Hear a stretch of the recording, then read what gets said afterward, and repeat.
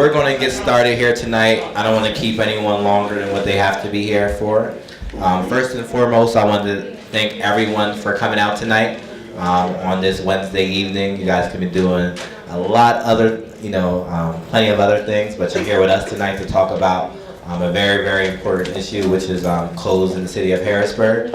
As everyone well knows, if you were to take a survey of the two most important issues that are important to citizens, the first one that will come up is crime, and the second one that will come out is blight. So I think anytime, we're talking about an issue, first, we have to, first determine, is it a problem or not a problem? And I think everyone inside the room can agree that, blight is an issue within the city of Harrisburg, or you wouldn't be here tonight. The second part about it is saying, all right, now that we acknowledge that there's a problem, what are we going to do about it? So that's why we thought it would be very, very important to kind of bring our code officials out into the community to discuss different ways that they are going about handling codes within the city, to discuss different ways to empower citizens to help them, perform their job better, to describe you guys the process. Because as much as we want code issues to disappear overnight, we're still held to the powers of the court, whether it starts at the district court, working our way up even to the Dauphin County Court at times, depending on the case. But I think the more citizens are informed on the process, the more people are aware to kind of realize what's going on. And when a lot of times you have these questions, you're kind of already familiar with the process, and then we can kind of work together to overall, find solutions. So without further ado, I'm going to introduce our code administrator. I had the pleasure of working for him before when I first got to the city, back to the city of Harrisburg. When I was when I relocated from Pittsburgh, I started as a health officer. So he was my boss at that time. Dave Patton has numerous years of experience. He has done a lot of good things here in the city as far as code enforcement, dating back from the early 90s to where we are here today. He knows that there's a lot more that can be done though, but I'm going to introduce the one and only Dave Patton. Thank you.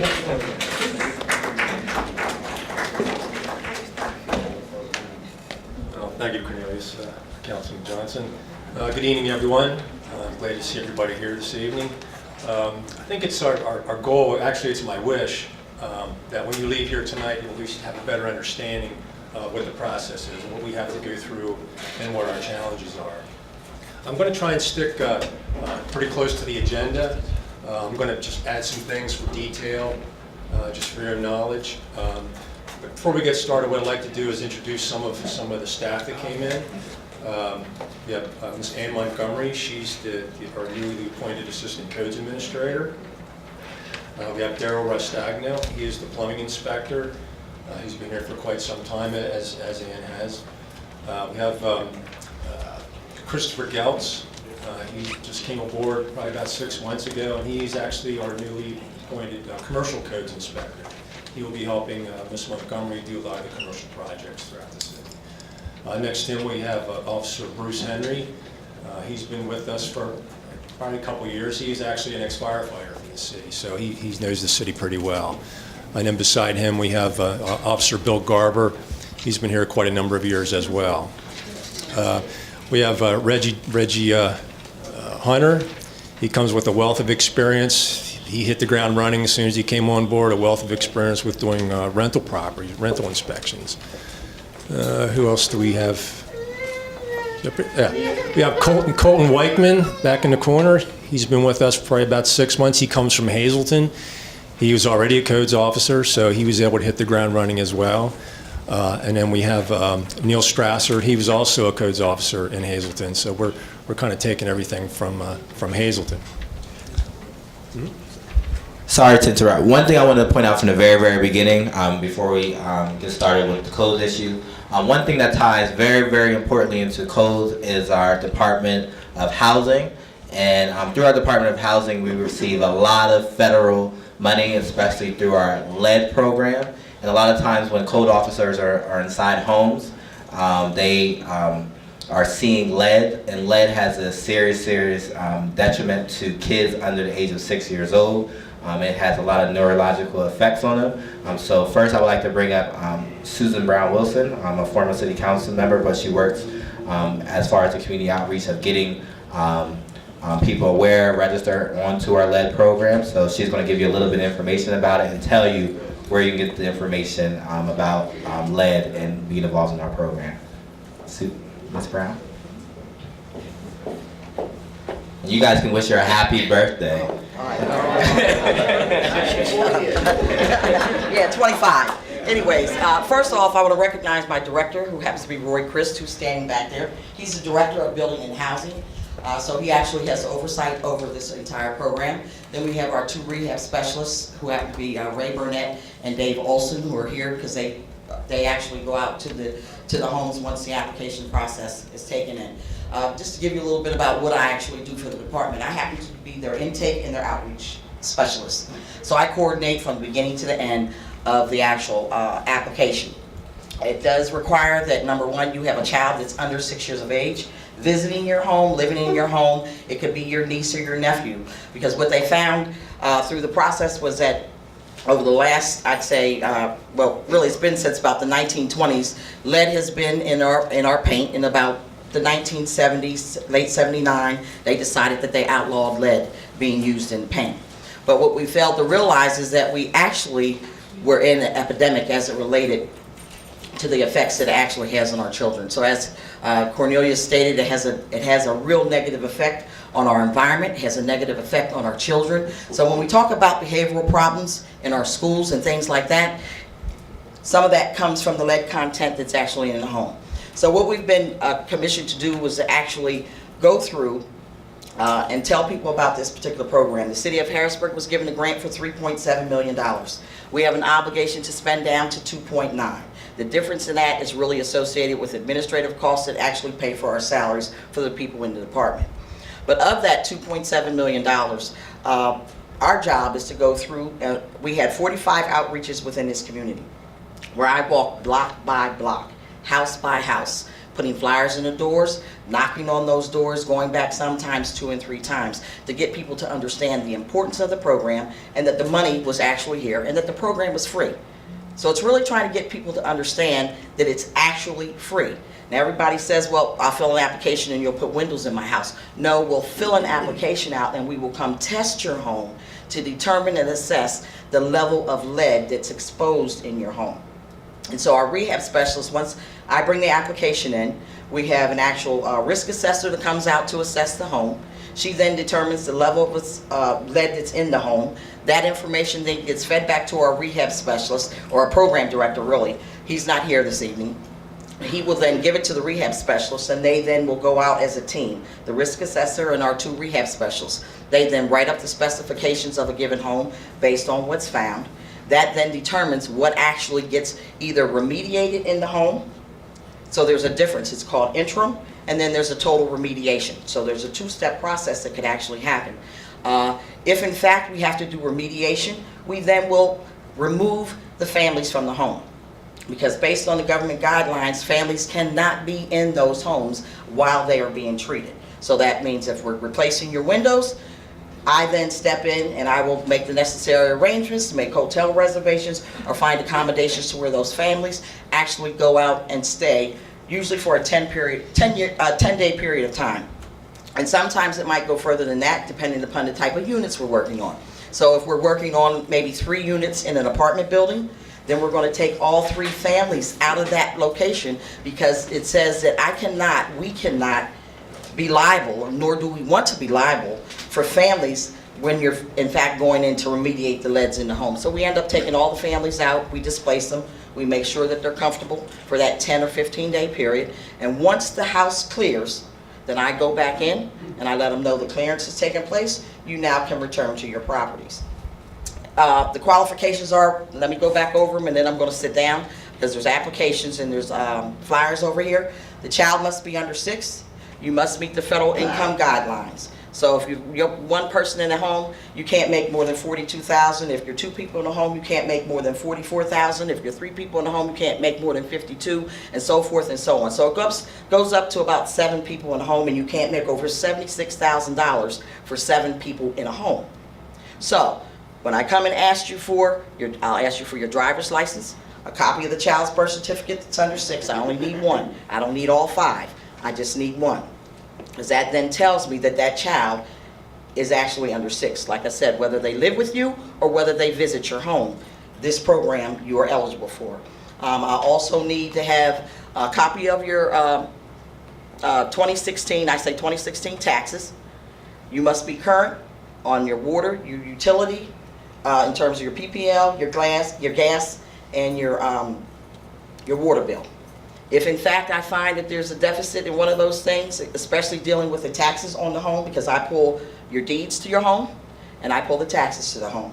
If you are more than 2 years behind, then you will not be eligible for that program until you bring those things current, because you can only be current year plus 1. So that means you could be current year being 2017 and 2016. You might just be catching up on it, because some people are on payment plans for those things. So if you are, then you would still be eligible. But if you're back beyond 2016, you will not be eligible for the program until you bring them forward. Other than that, that probably sums up what I do in a nutshell. We do a lot of work, teamwork between the team that we have, and we have a great team. In terms of them calling me when in fact someone has a problem, if in fact it's dealing with how do I get the application. It doesn't get any better. I come to your house and help you fill these applications out. It doesn't get any better than that. We made it convenient for people because what we felt as though people were coming downtown, they couldn't find parking spaces. So rather than inconvenience them, we go to the homes. And I do the intake and the outreach in the home, and if you have all your information and it's compiled, I sit there and go through the review process, look at whether or not you're approved, tell you yes or no, and we come back and put the data in the system, and then it gets passed over to the other team members. Any questions? What about renters? Whether you rent or own your home, it applies to both.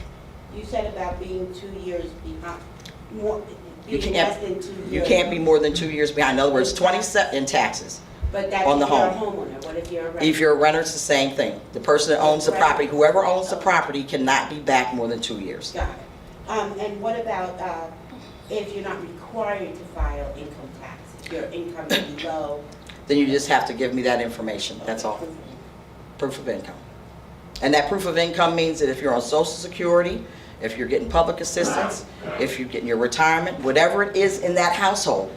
So in other words, I might come into a house and there might be 4 people. Somebody's getting SSI, someone is working, someone is actually getting disability. I need the total income for that home, because that will then determine whether or not you qualify. And people need to remember that your Social Security numbers are what they track you by. And all they need is the last 4 digits. So they know pretty much who's in the home when you provide me that information. And that's why they ask for your income taxes. And I tell people when you hand me your income taxes, redact the first 5 numbers. I don't need that. All they need is the last 4. Because we're dealing with the federal government, and those are their guidelines.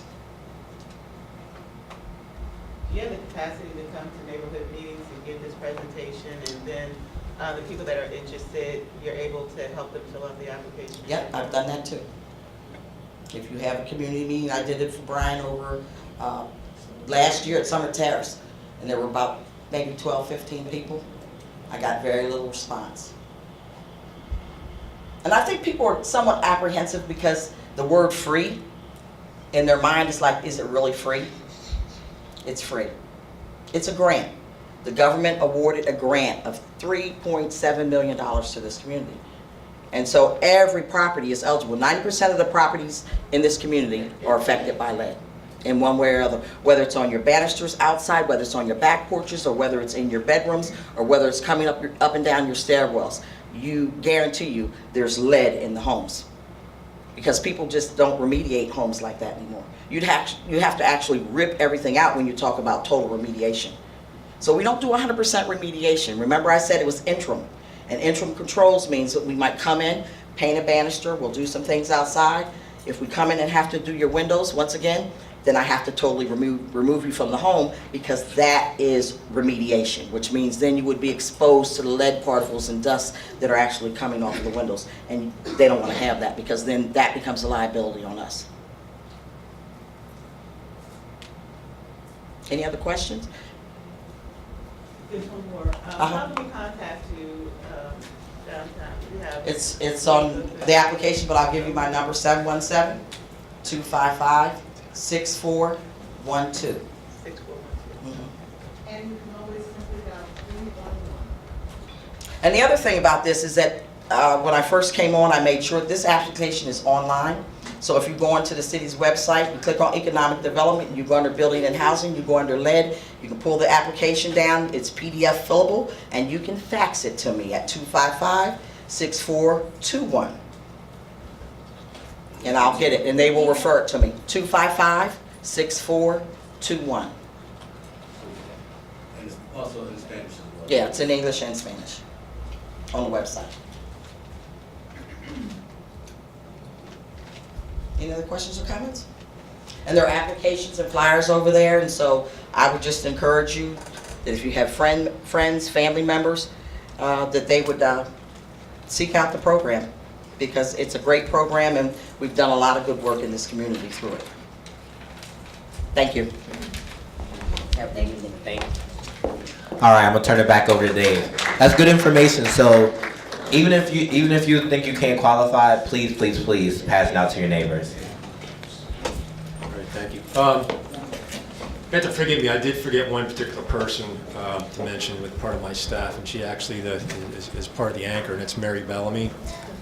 She's been with the city over 30 years, and she actually is my right arm for everything that happens. In fact, our whole administrative support staff is actually the backbone of everything that we do. Without them, a lot of things that we're doing just wouldn't be possible. As far as myself, I've been with the city about 22 and a half years, and I know that may seem like a long time, but well, actually it is. I'm not really sure where I was going with that. But as you can imagine, I've been through a lot of battles, a lot of successful battles, I think.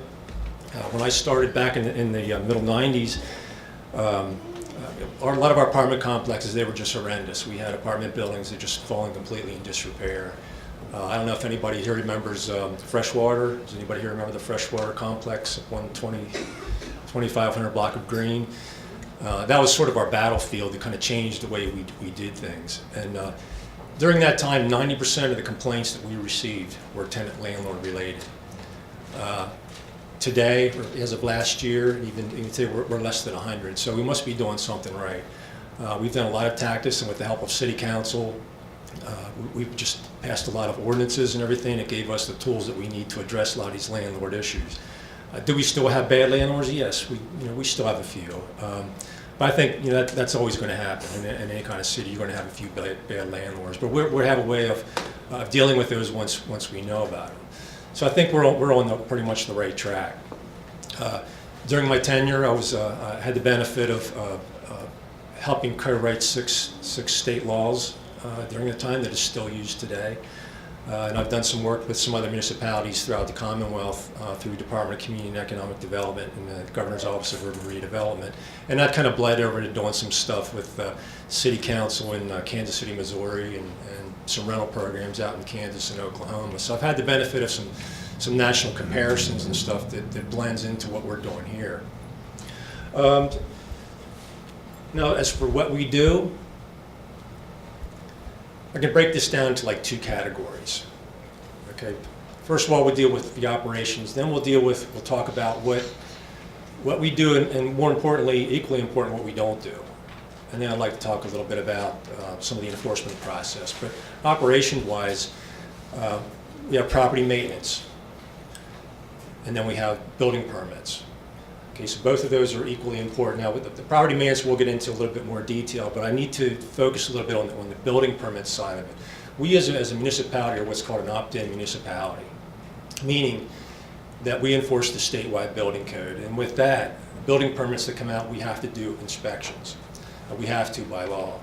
And that requires that the inspectors go through intensive training each year, testing to hold our state license. That has to be an ongoing process. So with that, the benefit of that is the revenues, of course. We get a substantial amount of revenues that supports all of our operations. Without the building code aspect of things, the property maintenance code aspect would barely exist.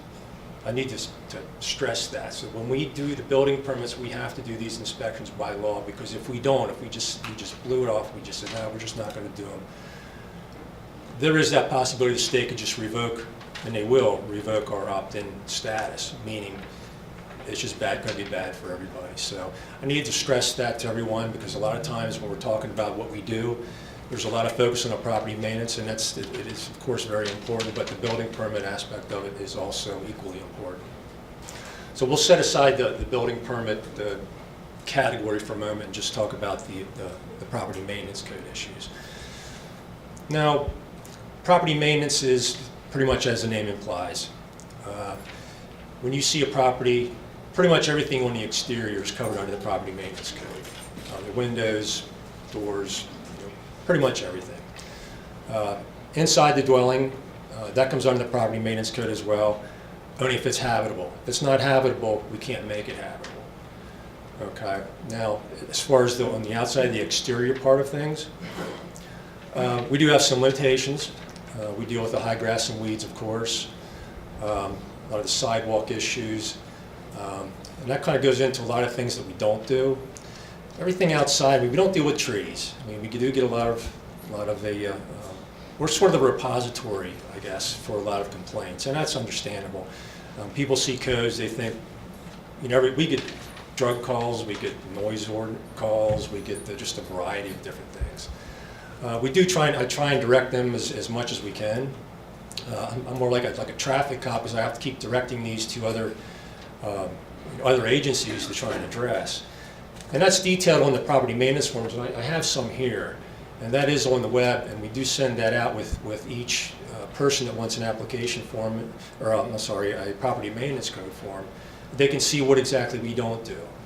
And I didn't really go into everything. If you're going to, I can go into like multi-pages of items that we don't do, but a lot of times people don't read it. In fact, some of the codes forms that we do send out, they actually scratch it out and write their own violation in.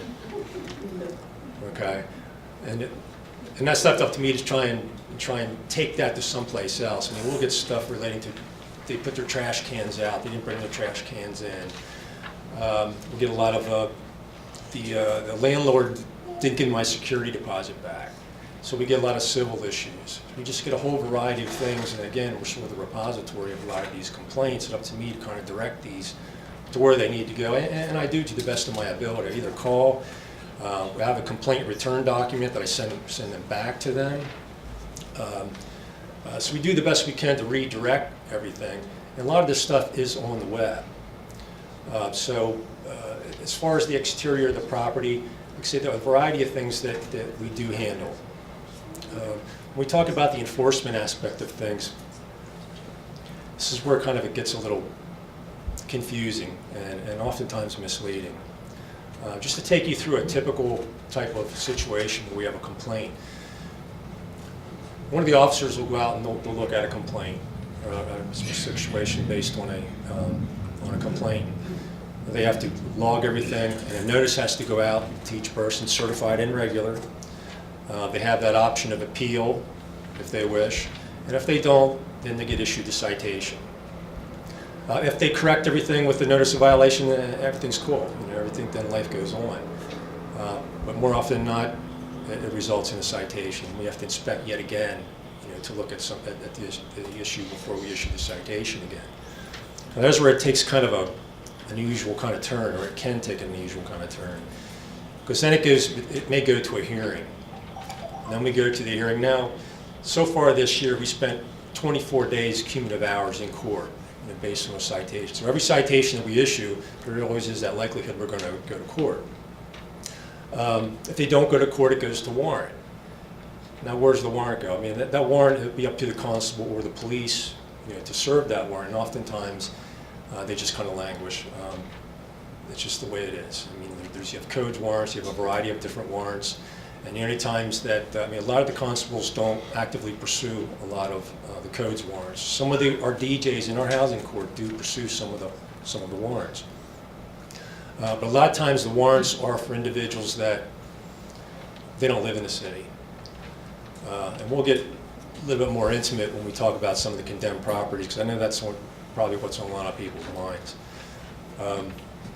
But we have a lot of warrants that go out, or they could get it and they could appeal to Dauphin County. So things just go on and on and on. Success for us is a little difficult at times, and sometimes it's not right around the corner, it's not down the road, it's a little bit further down the road. And just trying to address some of these complaints, because oftentimes we get that same statement: the code's just not doing anything, they're not doing their job. When actually we're doing everything that we can within the parameters of the law. We only have the power of the pen. That's all we have, and that's with any kind of codes bureau in the state or in the nation. You only have the power of the pen to issue notices, citations, and orders. So with that, we do the best that we can. And I guess the best analogy is like a relay race. Once we address something, we get to be the first one off the starting line. But then after that, it always takes the hand of the baton off to somebody else. Maybe it's the lawyer, maybe it's the district attorney's office, maybe it's the police to serve a warrant, maybe it goes to the DJs. So oftentimes it takes a pretty circuitous route, just trying to get to where, and oftentimes it doesn't go anywhere, simply because it goes into warrant and nobody addresses it. If it's out of state, we have no authority, and that warrant does not get any traction out of state. It has absolutely no bearing on anything out of state. And that's oftentimes what happens. We have a lot of property owners that are in different parts of the state. They're out of state, and we have a lot of property owners that are out of the country. We have owners in Australia, Indonesia, Mexico, London, Switzerland, Dominican Republic, and I could go on and on, along with a lot of the different states, in the nation. And with that, then we're kind of left to try and deal with the situation ourselves, and we try our best. If it's vacant lots, sometimes we'll get we use work release. We get involved in community cleanups. I get involved in community cleanups. But we try and do what we can with the resources that we have. But I need you to understand that a lot of times it's just not a short route. The path to victory a lot of times just isn't as short as we'd like it to be.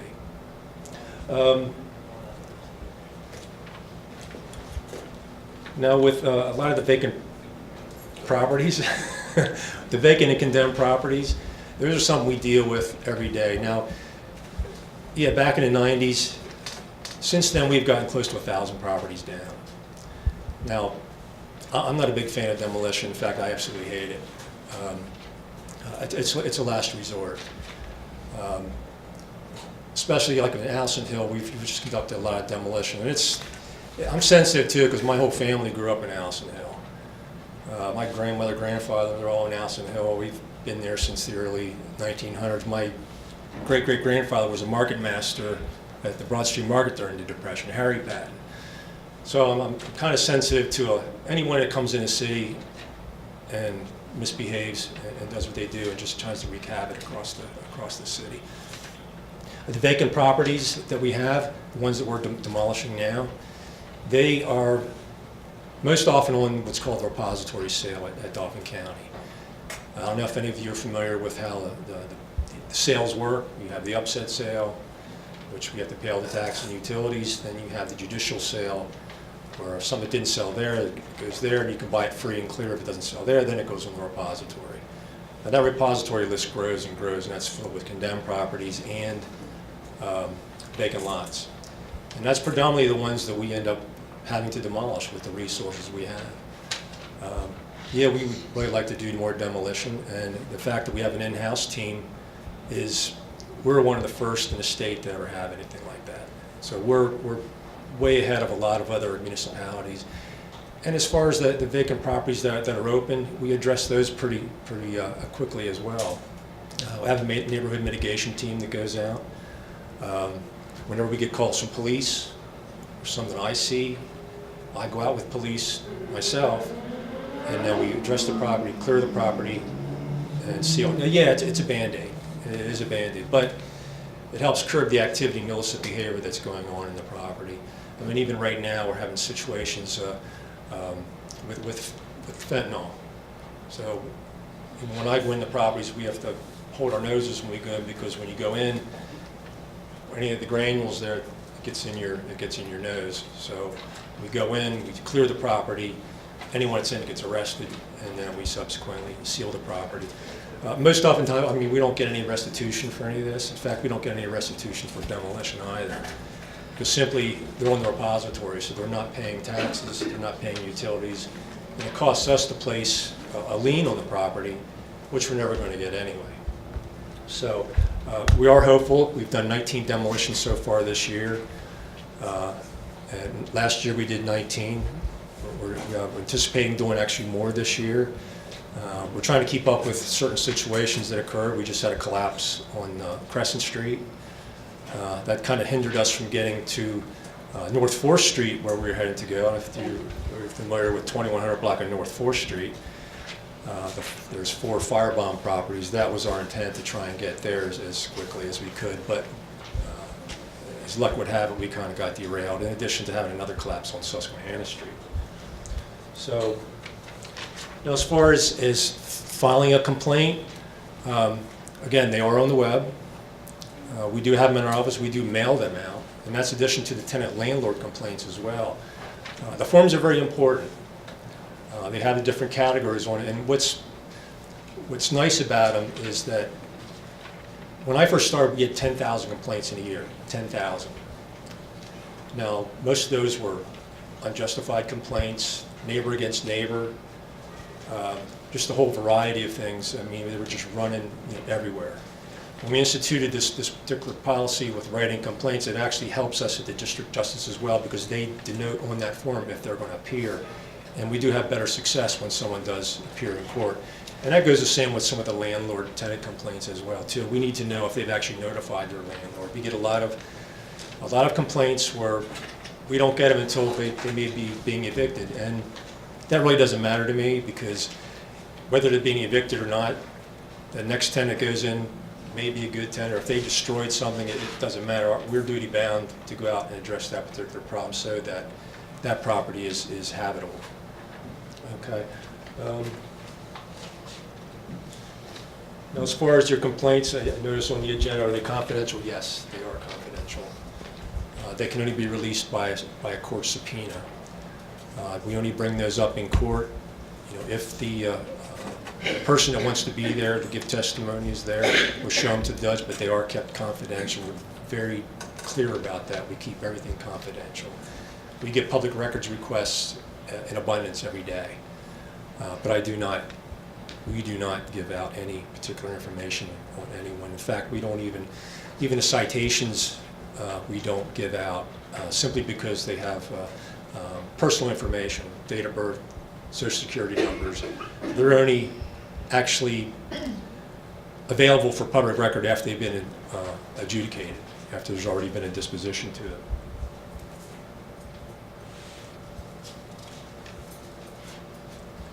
Now, I'm just going to move this a little bit. One other thing that we do get a lot, and that's bed bugs. We get a lot of complaints about bed bugs. We will not go in any place that has even the hint of bed bugs. We have a strict policy. Whenever someone reports a bed bug, they have to give a sample of it in a clear plastic container, or show us a doctor's note, because it's very identifiable from a doctor that they've been bitten by a bed bug. And then we'll do everything from our base. Once they have the certification from a licensed exterminator, then we'll bring it into compliance. But we just had a recent incident with bed bugs. It brought it into our office, and we had to evacuate and get everything exterminated. It was actually crawling on one of our partitions. We even actually had a gentleman bring him in an open sneaker, showed him to us. I mean, it happens. I mean, we had to politely say, sir, you have to do this. But the bed bugs, we came about this policy when dealing with, if anybody knows well, I won't mention the name. It was out on South 4th Street, where it was a rooming house, and the bed bugs were so bad that you could actually see the walls moving. the inspectors that were there had to come out and disrobe and sit there with sheets, while the fire department came, had to escort them to the parking lot at Pinnacle for fumigation, and then have all their clothes burned.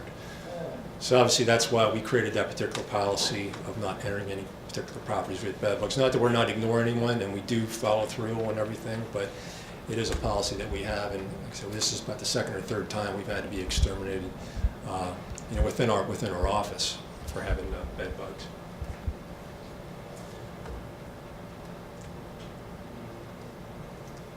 Some of the other stuff that I mentioned that we don't do, illegal dumping. Our codes are property specific. That means anything that goes on that property, that's specific to that property, within that property boundaries, that is what was in our authority. We do not have any authority of what someone does to another person's property. And that is another complaint that we get. This person's throwing trash on my property. That's a police matter. The illegal dumping, yes, it is a problem. Someone dumps on the property. Someone has to actually see it. Oftentimes, people know where to dump. They know where to dump where nothing's, where there is no enforcement. That the person's out. That's a vacant lot. It's an abandoned lot. It's a condemned property. We have a lot of illegal dumping in condemned properties, and we're only left to issue more citations or engage in a community cleanup. So the illegal dumping is a particular problem, and one of the biggest problems is if someone sees something, they're a little reluctant to give testimony, for fearful of reprisals. So there's a serious problem with trying to get accountability and having someone arrested or fined for illegal dumping. But it does come under our Title 18 of our Crimes Code.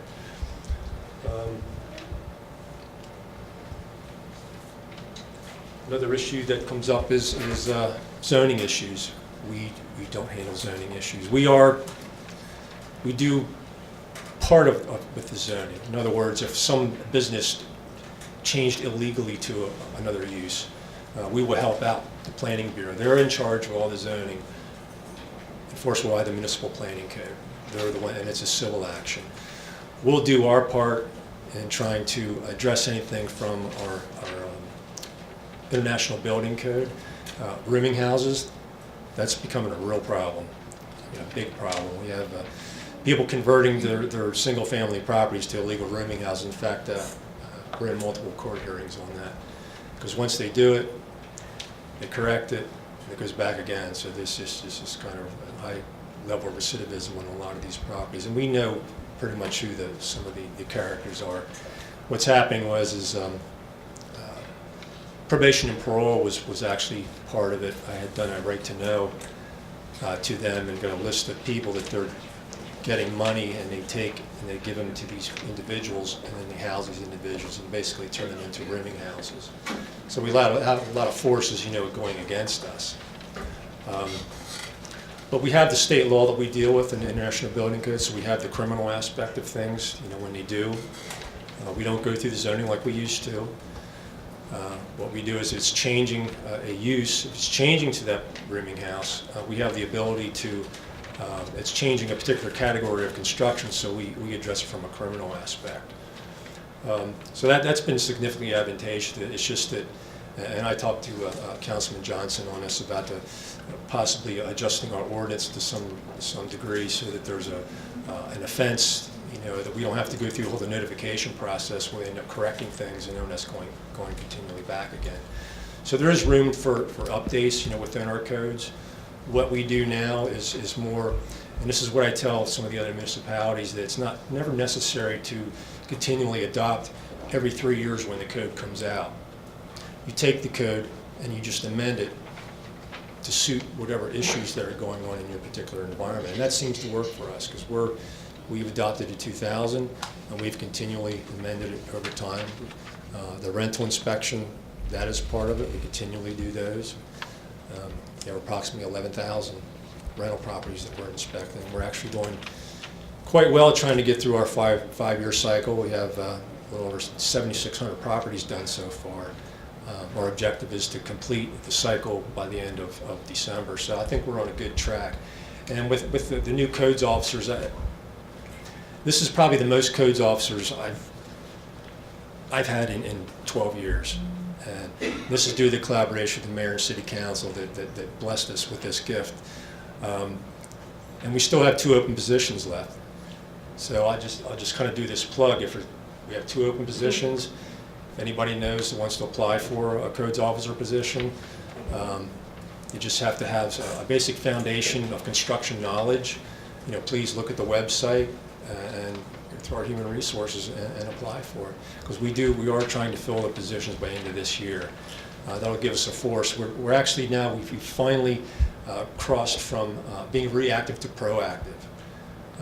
Our complaints, or most of the ones that we have, are self-generated. We're up to 1,500 complaints now we have just in this year. Most of those are not from the public. They're the ones from these gentlemen going out at one complaint and addressing the whole entire block. So it's just phenomenal. It's like I said, we haven't had this in so many years.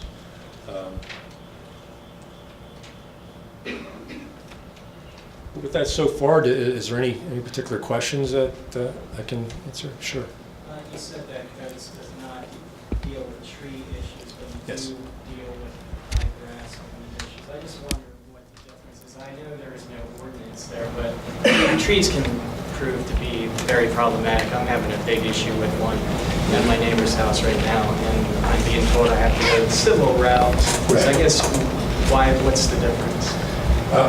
We're not tree experts, and with the trees, we do get complaints. Well, their leaves are clogging up my spouting, but it's really hard to define what is a particular problem. Again, we're not tree experts. The only ordinance that we have deals with shade trees, and they are the property owner's responsibility. Does that mean like branches that can be jutting into your neighboring house? Yeah, that does become a civil issue. And I know myself. I live in a city.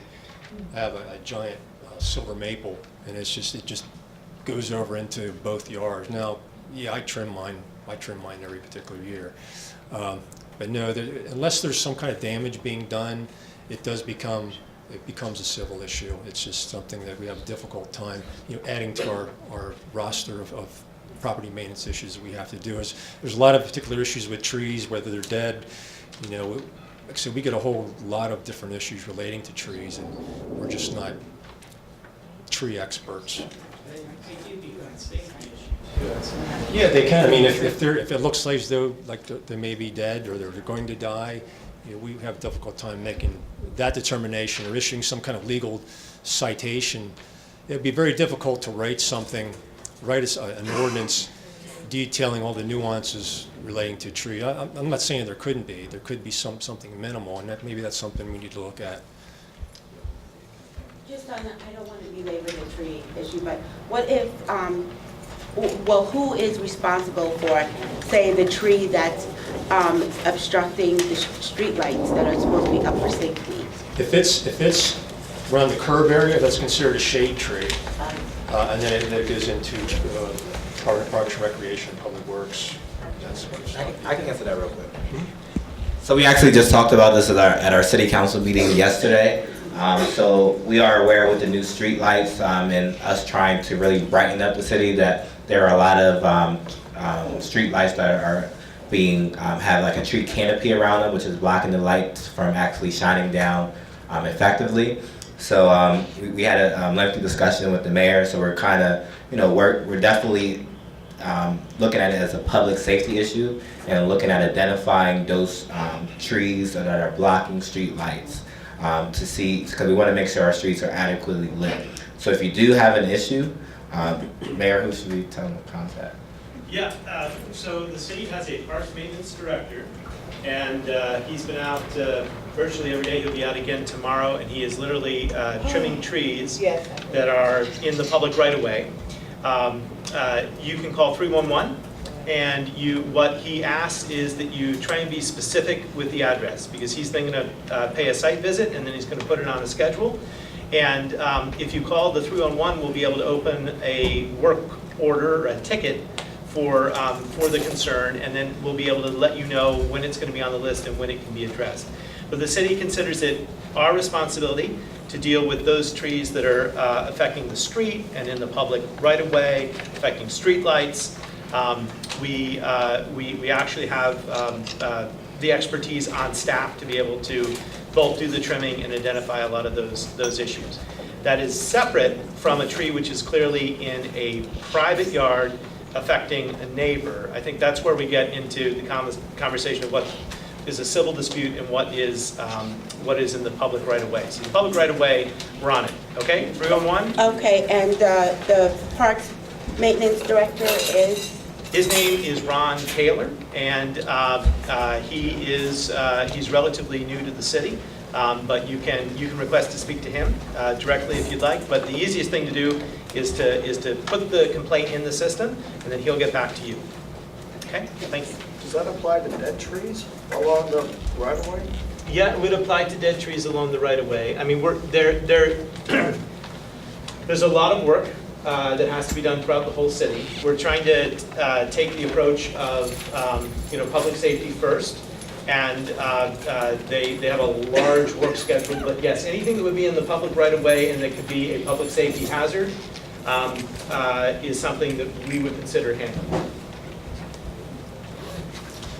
I do want to mention one thing real quick before we take any questions, and this is regarding to open properties. If you see an open property, if you see someone, maybe it's in the property, you have two options. You can call the police, but I'd like you to email me What's your name? personally. I'm sorry? Your name? David Patton. Oh, I did email you. Yeah. Hi, David, this is Joyce. Okay. Whenever there's an open property, I deal with those. So I want you to email me personally for any open properties that you have. When we do this, sometimes I can't run right out. I mean, I can get them sealed up, but keep in mind that the only time that I can seal is if there's already an order out. And 9 chances out of 10, there's already a condemnation order or something out there. That gives me the authority to go in because of this, if I just go out and seal it up and there isn't any pre-existing order on the property, if there's someone that's around, if I look at it and see if someone's paying their tax, the next thing you know, they're saying I did damage to their property. The next thing you know, we have civil action against this. So, I mean, when I have it, I'll quickly issue something out. I'll do an emergency order, so it's 5 days. The same thing I do with abandoned vehicles. If there's an abandoned vehicle on a lot, I can get it removed immediately. Or, I'm sorry, within 5 days. I'll do an emergency order under my hand, and the abandoned vehicle officer will take it off private property. And that's the same thing I do if there's not a pre-existing order on a vacant property. I'll do an emergency order and have it too, because I find it's very, very important to get those sealed up as quickly as possible. When we did have a whole lot of the properties together, I'd work with the National Guard Counter-Drug Unit, myself and the police. We do a coordinated operation and then go through and seal up a lot of the properties. But right now, we're not having that overabundance of the properties. We're just having sporadic properties, maybe a window here and a door there. And I have the resources to address those. Some of them I actually go out and do myself. If there's something more detailed, it requires some cutting, some windows, then I will have our neighborhood mitigation team. They can generally respond within 24 hours. Wouldn't the arborists help with some of those tree issues regarding the shade and regarding the safety issues even of the trees? Yeah, that's what we just said. The arborists and the parks rec maintenance guy, they're on it. Well, we don't have an arborist right now.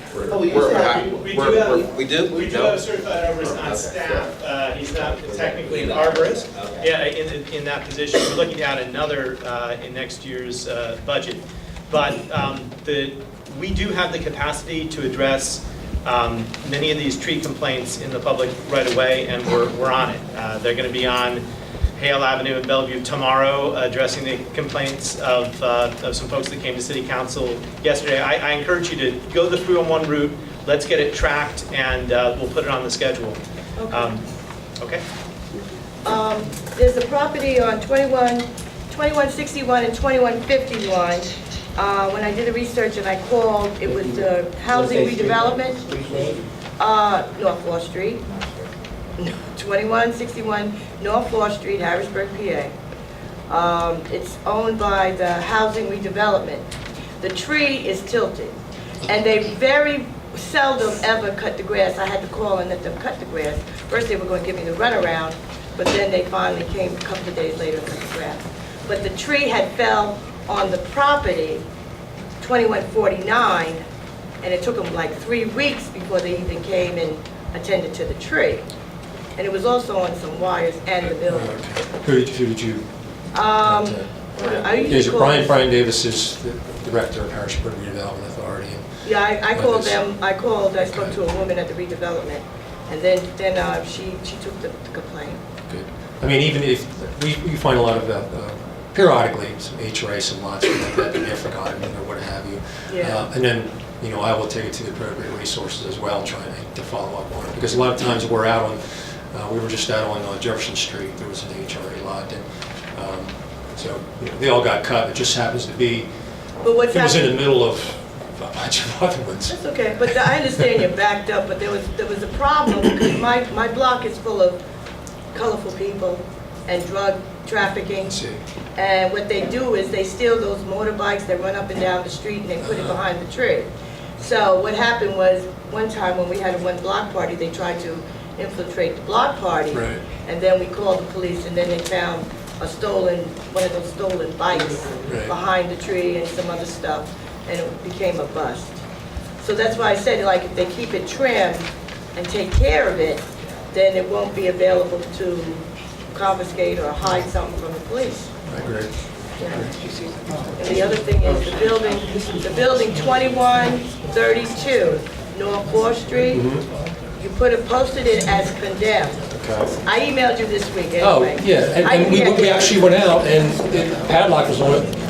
The handle was gone, but it was Yeah. closed. Oh, yeah, it was closed, but it was open a couple of weeks ago. Oh, okay. And they were running in and out, and I had asked you to board it up. Yeah, because we responded pretty quickly, too. Yeah, Like I okay. said, So did you put a padlock on it? No, somebody else did. By the time we got back, Oh. somebody else was already on it. Oh, okay, I don't know, okay. All right, I saw it was open, I'll check to see if it's locked. Okay, that's no problem. Staying on the tree theme, does that same procedure apply to school properties? And also Italian Lake will frequently have trees down, sometimes very significantly sized trees that are there for weeks. So should the same procedure reaching out to the parks maintenance? Well, I mean, if it's already collapsed, Yeah. we do try and tweak the code a little bit to try and address that. We did have some situation during the storm events, and they did take care of some of this stuff. But we try and address a little bit through our property maintenance code to address the situation. But it's the property owner's responsibility. But if it's already collapsed, a lot of times we have them, if there's a block in a sidewalk, that's clearly within our realm of authority, and we will address it. But if it is down, we can loosely describe that as debris. Sorry. I was just going to say that I would say the park is definitely our responsibility. So Italian Lake would be the city's responsibility. The school district would not be. That would be as if private property or the school district. So just to specifically answer that. And we have had a problem in the past with not having a place to take our woody waste and our downed trees. And one of the reasons that we had been looking for a site for composting was also to have a place where we could mulch and grind trees. And so that's very, very timely and very much under consideration. There was a time when trees were sort of staying down because we didn't have a place to take them. Okay? Well, we don't yet. We're in the process of getting one, and we've had to some of the larger trees we've had to basically outsource. 6:30 meeting, so. Actually, I thought you were talking about the apartments around Italian Lake. That's what I thought. Because we did have some problems up in that area, and that's, I apologize, that's where I thought you were talking about. Can I get on another subject? The abandoned and derelict properties, from what we hear, the city and just in general, there seems to be a limited ability to address those properties if they're out-of-state owners or out-of-country country owners. Is there any research on what other communities are doing? Because that's a considerable problem in the city of Harrisburg. And if people who are buying these properties know that there's very little recourse to pursue them, there's nothing that stops people from continuously buying these properties and leaving them abandoned. So you have very stable neighborhoods who may have one or two houses that are literally abandoned for years on end. And people don't seem to be able to get any kind of recourse to address it. Is there any consideration of maybe doing a codes revision workshop or something to try to establish changes in city codes and city ordinances to address those types of issues? Well, it actually takes a change in state law, because these properties are being purchased at tax sale. Now, this was one of the bills that actually had the honor of co-writing back in the late 90s. There's certain, it needs revised because the screening process needs work. You can go to the repository and they go off the internet from Florida or wherever, buy for $500, and then they put it on Craigslist, eBay, and they just auction it off all around. And we have to reissue condemnation orders. Now, before the ink is dry, it's already sold again, so it's essentially like chasing a snowflake. What we do try and do, say if we had a particular collapse or something on one of the properties and they are out of state, anything we do at municipal level will not do anything. We're at the municipal level. Any ordinance that you create will not have any kind of effect. It will not have any traction across state lines. So what we do, we'll address it through a property maintenance second-degree misdemeanor. Public nuisance second-degree misdemeanor. If it may collapse, it may be a reckless endangerment misdemeanor. Now what happens with that, it gets put in the National Crime Information Computer. Well, that'll go anywhere in the nation. It doesn't do anything out of country, but anywhere in the nation. So I've had some luck. It is a gamble. And they would come back to try and clear the record because it stays on there as an active warrant. And if they go for a particular job, it's going to pop up. It's actually going to pop up. And I actually spoke to some of my counterparts about 2 weeks ago. I did a speech down in York County with some of my counterparts. And we're actually ahead of a lot of what they do. I mean, I have a lot of resources to look for properties or owners throughout the state, through Justice Network, through different resources. They don't have the ability to do that. They always have to go through police or go through other mechanisms. So the misdemeanor is helpful. Whenever somebody does buy at the repository, it goes through a screening process. It goes through our treasury, because if you have back taxes, you cannot buy it. If you have outstanding code violations, incorrect, you cannot buy it. So it goes through treasury, myself, it goes through our community and economic development, and it goes through the mayor. So we go through all these screens to make sure to see if they are even worthy of having it. But if they're buying from out of state, it's a little hard to find out anything on them, and the county really doesn't have the ability to do a lot of in-depth research to see if they are back. All they have to do is just sign a particular form, and they have it. Now, we did have a blight roundtable with the mayor and Senator Argel and Senator Santo, and they seem to be pretty receptive to some of the possibility that if you're buying a property at a repository, a condemned property, you've got to post a bond. Okay, naming that this municipality as beneficiary, and it's only like $600 per $15,000. So I think having a bond or somebody paying $1,200, $1,500 for a bond, I think that's pretty reasonable to grant some protection to the municipality. At least with that lasts for a year. So if they don't respond within a year, we can secure that bond, we can pull that bond in, and then we can do something with that property. But there's definitely, the state law needs to be adjusted. And that happens with any particular law. Every once in a while, it just needs rebooted. It just needs recrafted to suit the changing environment. And that is one particular one that we brought to their attention, and I've been hammering on that for a bunch of years. But when the mayor and I were there, they seemed pretty receptive to some of the suggestions. Can I add something to that real quick? And the other part about it too is a lot of times we see homes get foreclosed on, so we know people are outside of the homes. And we run into those incidents where the property starts to become unkept. And usually what happens there, it takes about 2 years before it ends up on a tax sale. Goes into like the 4th year. Yeah, so there's an initial lag time. And kind of what we were able to do, and this is something that I had experience with when I worked in Susquehanna Township, is now the city of Harrisburg has a vacant property registry list. So a lot of times the bank doesn't take ownership of the property until the tax sale. So a lot of time it will sit on that old property owner's name, and we all know they're not living there, and really they really don't have any rights to their property, so they're not going to come back there and mow the grass and maintain it. But through that vacant property registry list, usually the bank will kind of assign like a property management company who should be taking care of it. So it at least gives us a realm to kind of contact someone to say like, hey, this property is, has high grass and weeds or whatever the case may be, and it kind of helps with a response. It's not guaranteed that they always will respond through that, but it's another useful tool that the city has right now. And through our ordinance, they are required to update that list twice a year now? Yes, twice a year. So as homes, because especially when the turn of the market happened in 2008, a lot of homes got foreclosed on, and that's why in some of the properties you see it just have been foreclosed on.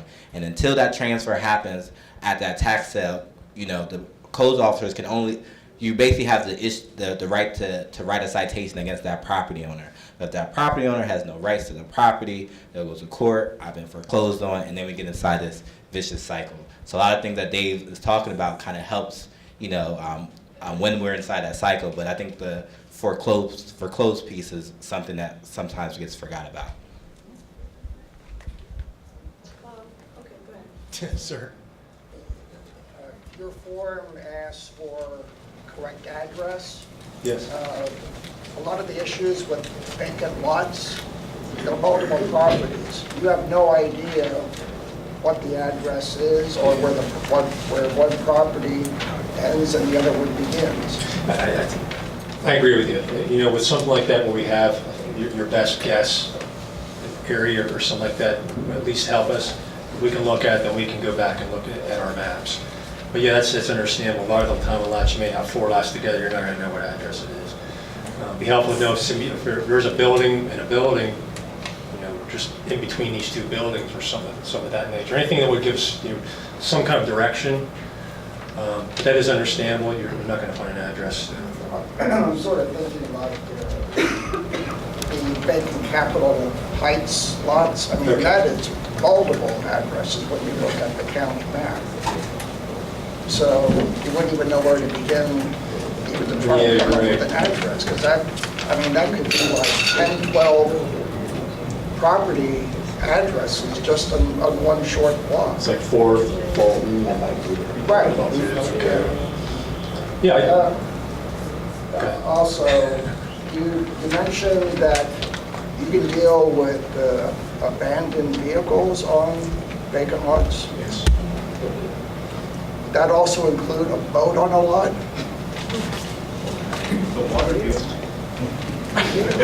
Does it have a motor on it? Yeah. It's a motor vehicle to me. If it has a motor on it, where our code's written. If it has a motor on it, yeah, I can do something with that. It's a little more difficult if it's just like a regular boat, paddles. No, it's a motorboat. Yeah, I think we can deal with that. It's abandoned and it's creating a mess. Remove it. Right. I have a question. I guess nothing here. Yes. 2 questions. A couple of years ago, we put together a team that worked, including one of the best real estate lawyers in the state, and someone who worked on staff on these issues in blight.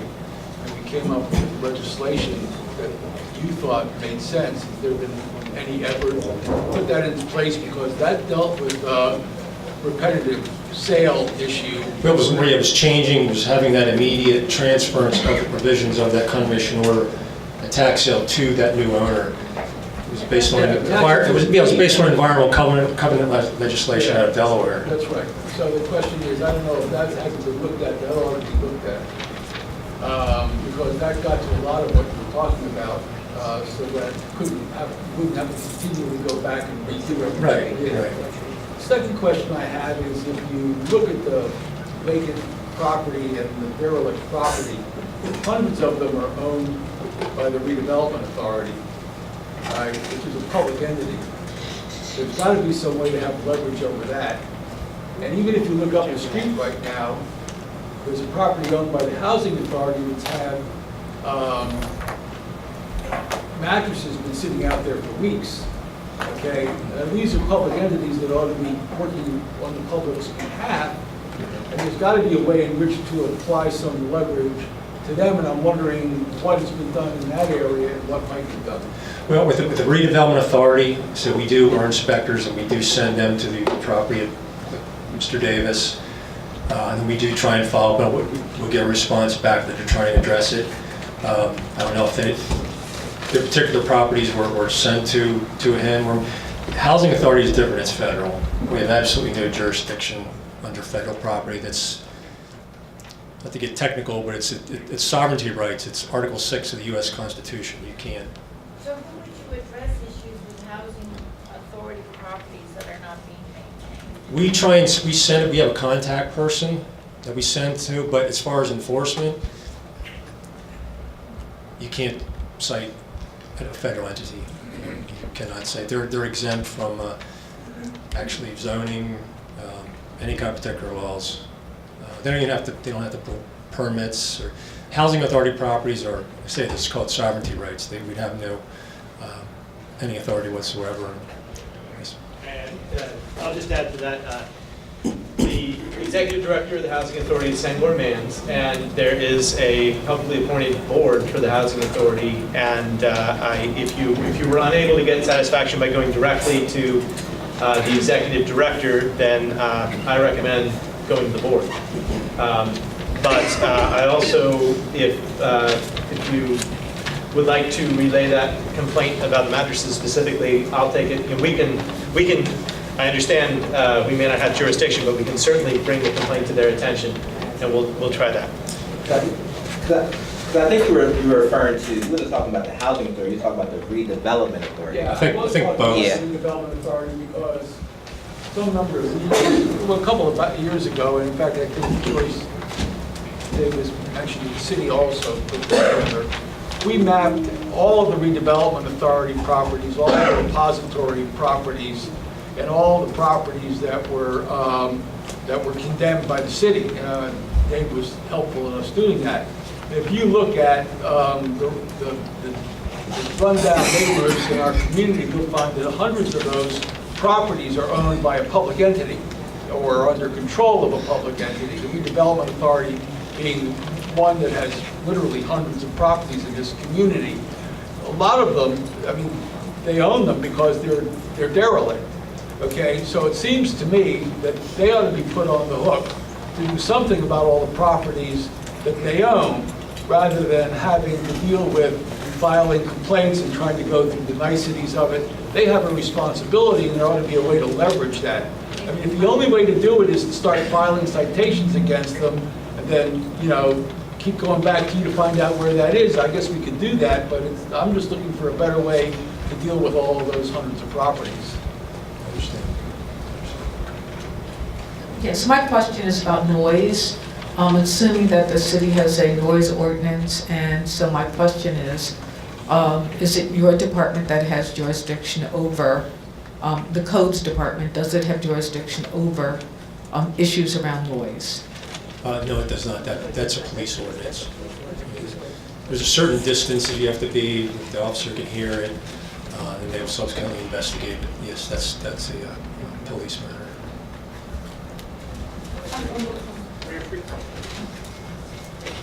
I forgot. My second question has to do with the new technology around sealing houses that are abandoned, and it's the technology where it makes the house appear as if it is in fact occupied. Has the city given any thought to using that technology? I know that PHFA has introduced it in other places such as Middletown and some other areas that are local. Thank you. Yes, we have looked at it, and I've known about it for some time, but consider the properties that we are sealing are repository properties that are already in extreme disrepair. To go to that next and spend that additional cost, we don't want anyone giving the appearance of someone living in a repository of condemned property. And we don't have the money. And it is a significant cost. And with that, they are sealed in such a way that you can't kick it. Okay, if you have a second floor, say if you put it on the second floor, it's not that you can break it through. So if there's a fire on both sides, okay, the fire department's got to cut that. Okay, that's a little bit of a delay time doing that. So that's just one factor with that. But the properties we seal, We don't want to spend any more than we have to. That is okay for some of the smaller communities. Maybe when they have someone, and it may be okay for some, maybe a township or some, where the block is otherwise stable. Then, yeah, I could see something like it happening. But with some of the situations that we're dealing with, it's just not cost effective to do something like that. We're trying to just bring a little bit of order and we'll get to some folks that didn't get a chance to ask some questions. Just to piggyback real quick, just on that point. So where that concept kind of emerged from was from Philadelphia. So Philadelphia, they kind of passed that, but where it kind of went to was putting the responsibility on that banking agency who's holding the home or that property who's looking to seal the home. So a lot of times the city, basically when the city steps in, they're doing temporary, kind of sealing of things. So I understand from that perspective. But as far as in Philadelphia with their ordinance, they're saying basically if you're going to seal up a property, like whether that's a bank or maybe a property owner taking that route, that they're using like those plexiglass type windows type of thing for a better appearance. So I think that is a talk for maybe from a council perspective of seeing how we can do that, how that makes sense, and how we can kind of still do that in a way that preserves costs. But Philadelphia has implemented that model. And there's a safety and security issue as well. Yes. The question I have is when you're talking about the blighted properties and having property management people coming to clean them up, and or some of our homeowners or our renters that have properties and people come and clean them up, the yard waste is sometimes dumped into our sewer stream. Is that a code violation? Who do we report that to? I have seen some. I have taken license plates and did report some of it to Capital Region Water and also reported it to Aaron Johnson. I don't know if I'm doing that in the correct manner. They're coming and cut grass and they blow the grass into our sewage system. That's illegal. Yeah, and it does. And we have outside landscapers that come and do it. They're supposed to remove the yard waste themselves. So how do we handle that? And that is an issue, and that's something we need to look at. And it's also an environmental issue. We're talking about our floods, et cetera. We have stuff growing in our sewer system because they're dumping yard waste in it. So who do we report that to? Do we report it to you? Because I want to give you no more than you can handle. But that is also a criminal issue. And I'm just sharing with everybody, collect your yard waste and have your landscapers remove that stuff away from them out of our community. Actually, that's part of the littering ordinance. The littering, those very provisions were put in there. And it's actually, the littering ordinance was created predominantly for police officers because we didn't have a littering ordinance. So people the only littering ordinance we had was throwing from a moving vehicle. So when we had Keep Harrisburg Beautiful, it was on the board that it gave us points to have something, an ordinance this way. So we created this ordinance and it added provisions just like you're talking about. But it could be the police, and it does go into, not to put anything more on Aaron, I mean, he's a great guy, but it does go into, putting stuff in the sewer system, in mixture with police. So those two are the areas that we should report that type of, it goes on a lot. Like when people let the grass get so high. I'll give a third, just for what it's worth. It potentially it could be a licensing issue.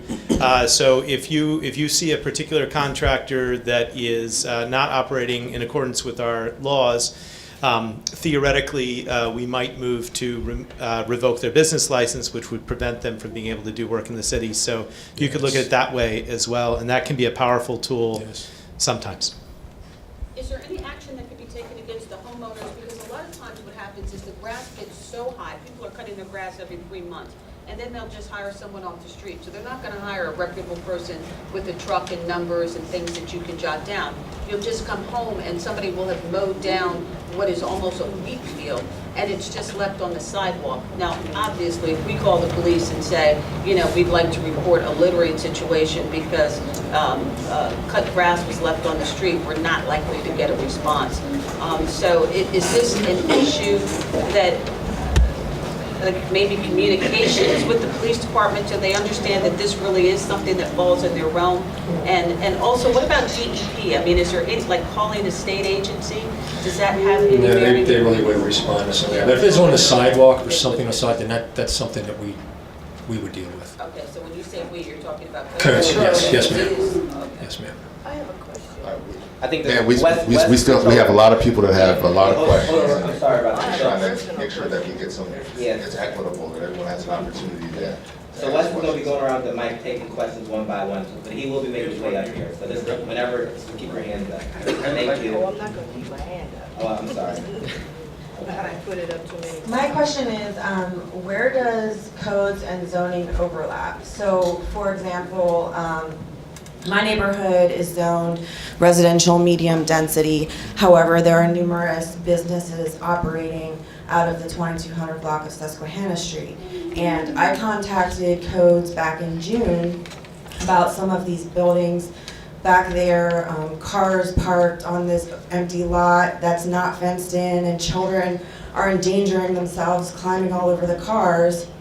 And I did contact them in June, and now one of the buildings just collapsed on some cars just last week. So, I mean, like, us as citizens, we're trying to do the right thing, and when we ask questions, we're not getting the answers that we're looking for. None of these lots have addresses listed on them. They're garages, you know, so to have a form that says we're not even going to investigate, as this other gentleman said, if you don't have a correct address, it's not fair. So it's just like, it feels like it's an effort, you know, we're making an effort, and everywhere we turn, we're getting shut down. I think it goes with what the other gentleman said, as far as, obviously you're not going to get addresses for the lots. I don't know if this is the one that I was dealing with through our department. It's on Susquehanna Street? 2200 block. Okay, because we were coordinating with zoning, if this is the right area.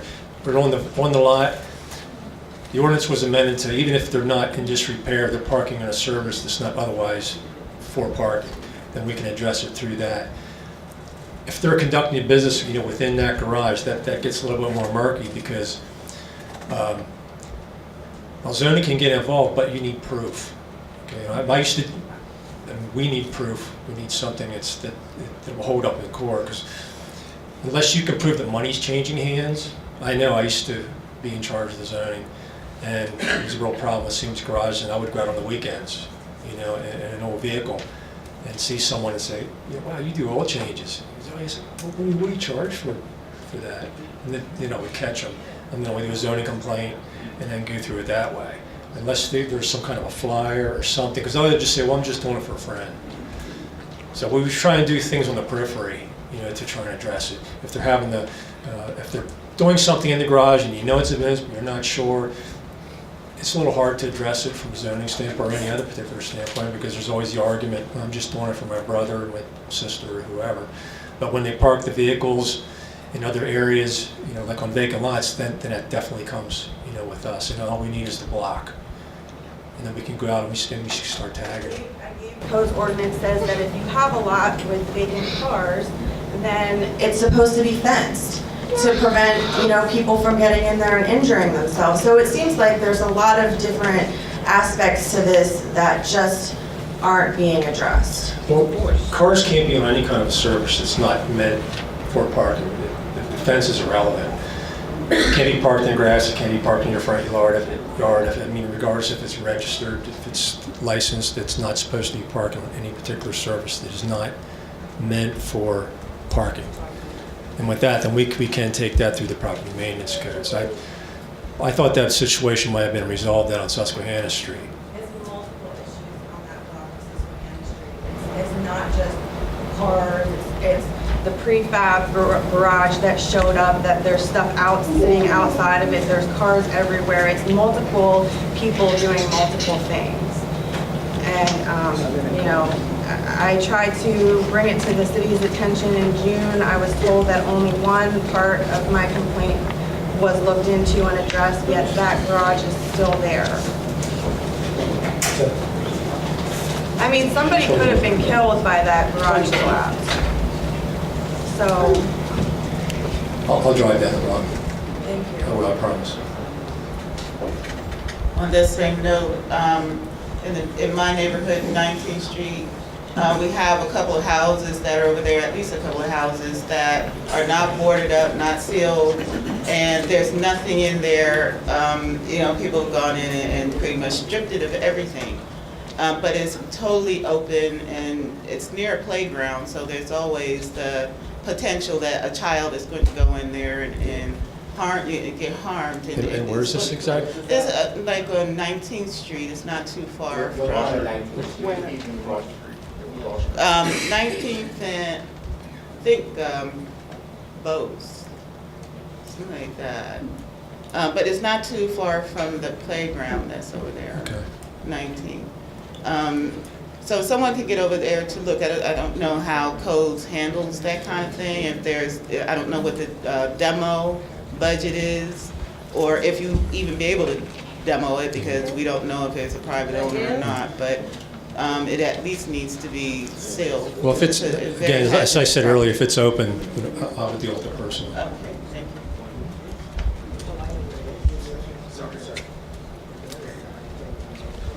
Just to go back to the tree issue real quick.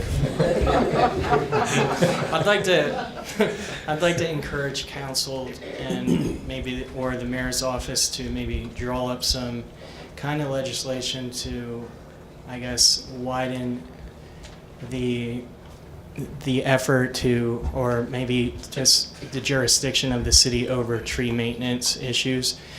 Because there are landlords and property owners out there that are aware that the city does not deal with these tree issues on private property, and they're taking advantage of that, and they're using that to not do anything about their trees that are causing problems to other properties. So I just wanted to let you know that. And it's not just my property. There are others out there that have complained of safety issues to the city, and they've encountered the same problem that I have. So I'm just putting that out there to say I think it might be something that you might want to look into, and I encourage you to perhaps consider legislation to deal with this. Okay, that is something that we will look into as members of council. Yeah, I jotted a note down as we're sitting here. We'll look into it, but that's, again, private property, and how far you want government to go into private property, we'll take a look. All right, here you go, ma'am. Yes.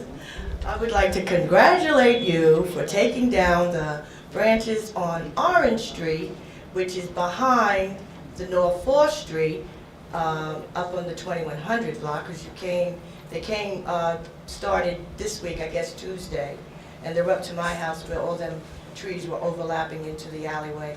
And that alleyway is always where they have the gunshots and everything. And since my complaint about a year ago, and me and Aaron Johnson had head-to-head, that alleyway has been kept very cleaned. I mean, I had to expose it on the news. Aaron had to do his side, I had to do my side, but it's being cleaned. The next thing I wanted to ask you was the 4 houses on my block that are scheduled to be tore down. That's, I don't know the addresses right now, but it's 21, 22, 20. It's about 4 of them, unless you got yeah. 2130. Yeah. My 4 houses. I sent you this week a picture of one of the porches. It's really hazardous because we got a tree growing out of the house. I did pull up some of the weeds around growing from the bottom just to get it out the way because it looks so terrible.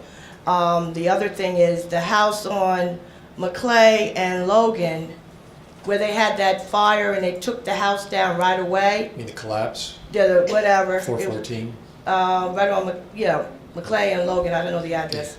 But the one next door to it is still standing. And you could see right through it. Do you have plans to take that one down or seal it or just get rid of it? Because the back of it's all burnt out. I did have it sealed twice. With that house? I mean, if it's the same one, because there was the major collapse at 412, it actually went into the church and. No. This is McClay and Logan. Oh, I'm sorry. They're I'm sorry. orange. Okay, I got you. The orange is orange. I think it's orange or Logan. I'm sorry. Yeah. Yes, further. The church is here. We actually have them in court coming up. Oh, okay. Yeah. Oh, I see. Because is it going to take it down? They have to take it down. Oh, it's owned. They have the resources to take it down. Oh, okay. All right. Thank you. Is there a demo list somewhere? Like if people want to know what properties are scheduled for demolition, is there a list that's available to the public? And how much has been budgeted for demolition? We are actually developing a more comprehensive demolition list as we speak. In fact, my assistant right here has actually been working on it for the past 2 days. Oh, okay. The demolition budget, I think for this year there was an allocation, if I remember correctly, it was $120,000. So, granted, we have to use that very conservatively. We're using a lot of it for any kind of party walls that we have to deal with. Bidding out properties is extremely expensive. So we are looking at additional resources to try and enhance that fund. But yeah, it's we are doing the best with that. We know there's a lot more that needs to be done. We've come a long way, and I think with everyone working together, I mean, with the rental properties, I've gotten better. We've gotten down a lot of properties. It kind of reminds me of a simple Thai proverb. How to eat an elephant. One bite at a time. And I think that's what we're all trying to do, is just take one bite at a time. And I think we're on the right track. Yes, we are. I apologize. I got an email saying this meeting started at 6:30. I don't know if this has been asked. And can I speak to that real quick? I want to apologize to anyone who showed up for the 6:30 announcement that went out today. So I guess people who received it on Nextdoor or during the press release, I guess it says 6:30. The meeting was scheduled for 5:30, so I do apologize about that for all those who came late. But you are able, this meeting is being recorded, so it'll be available on YouTube. If you need a personal copy, I'll give them a CD and get it downloaded so you can catch the first part of it. But I do apologize. But we are having this meeting again tomorrow at 5:30 at Hamilton Health Center. But like I said, I'll make sure if anyone who wants the disc or who doesn't have access to YouTube, they can get what they missed. Well, I live in the 2200 block of 3rd Street, and behind me is this charming alley called Herman Alley. And I don't know if that's on your radar at all. I've been in the neighborhood for 27 years, and it's the alley between Logan and 3rd. It's like 1 block long, and I brought pictures with me tonight. I can't use my garage. It's facing onto Herman Alley. I haven't been able to use it for like weeks. There's dumping, there's shattered mirrors, on the alley? In the alley. On the right-of-way itself? There's dumping of trash that's not in the bins so that it's not picked up. My next-door neighbors have 3 small children. We can't exit in that way. We don't know what's in all that trash. There are nails. I have a batch of pictures with me. Oh, no, that's fine. I mean, obviously, the right-of-way is not within our realm, but I'm writing it down, and I will take it to And there also, it's very common now for people to illegally park there, so you can't even get through the alley. Okay. And I don't want to call the non-emergency number if I don't Please need call to. them. I think that's one of those non-emergency issues. So I mean, Please call. yeah. So there's a number here. We'll give you the number, and again, that's the Bureau of Neighborhood Services, deals with the alleyways and streetways. So on this property, the codes form is there, but additionally, the first thing has a number for you to contact for Bureau of Neighborhood Services. Head to the back first, and then we can come back around.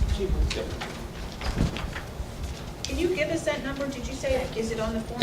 It's on the form. It's number 1. It says for alleyways and streetways. It's an issue that codes does not take care of, but Bureau of Neighborhoods. If everybody uses 311, either 311 or the number that's there. 311. But the number for the Bureau of Neighborhood Services is on that form.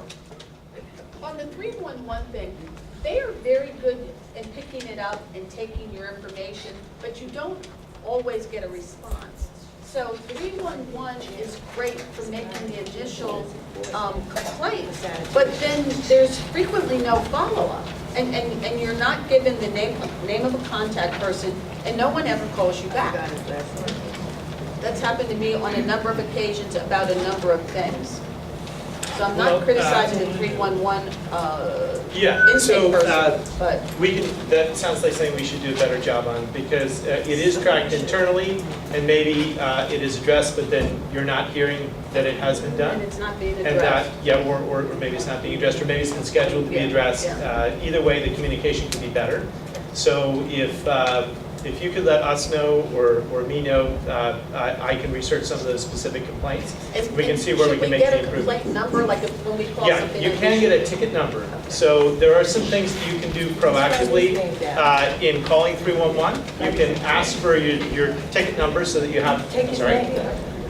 You can ask for your ticket number. You can also ask for a response, and we can put that in the in the system right from the get-go. So I would like to work to improve that. We certainly have the ability to do a better job communicating. Mayor, just real quick on an addendum to that, one of the things I jotted down while the meeting was going on is I think one of the biggest complaints that we get is just that there's a lack of response back, or that it's a long time before they get a response back. So I'm wondering if we can build into this system as part of the customer service piece a follow-up angle to that. Like if they call 311 and they get directed that someone is available to call them back, or they get some method saying, I will call you back or respond to you by this date, even if it's not a resolution per se, but just a follow-up so people know that it hasn't been lost to the, the world of 311, yes. We'll personally look into that and make sure that you leave your contact information too when you do call in. Sometimes that doesn't always happen, but we'll look into it and see if we can improve communication.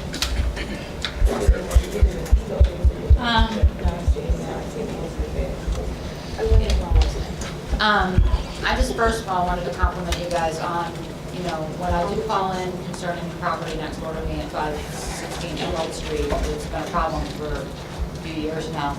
You guys have always been really good about coming out and addressing the issues as far as boarding it up and people breaking in and everything. Unfortunately, you have your tax sales every year. Somebody was interested, they bid on it, and then prematurely went into the property and started clearing the property out. Now they have emptied the entire contents of the entire house, of furnishings that were left there, into the backyard. And I know that, they supposedly were waiting to get the deed. Here recently I found out that it's probably not going to happen. I suspect he probably aggravated you because I think he went over to Woodbound and did the same thing. I'm not quite sure if the prior owners would be responsible for cleaning up the mess in the backyard now because they're kind of still stuck with it, and I think it's going back up to sale. But is there any way you can put in your language when people do bid on these properties at the sales that they shouldn't enter the properties until they physically have the deed in their hand and they actually own the property before they start dumping stuff in the yard? Because now I have to get up and look at 15 feet tall by 30 feet long worth of literal garbage. And now I have everybody under the sun digging through that garbage to get to the metal, to take it to the recycling place down the street.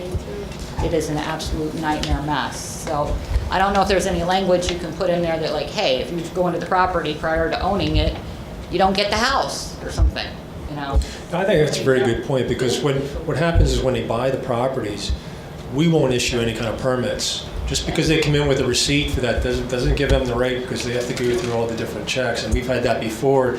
Well, we bid on the property, next thing you know, they're cutting trees down and they're doing everything else, and they don't even own it yet.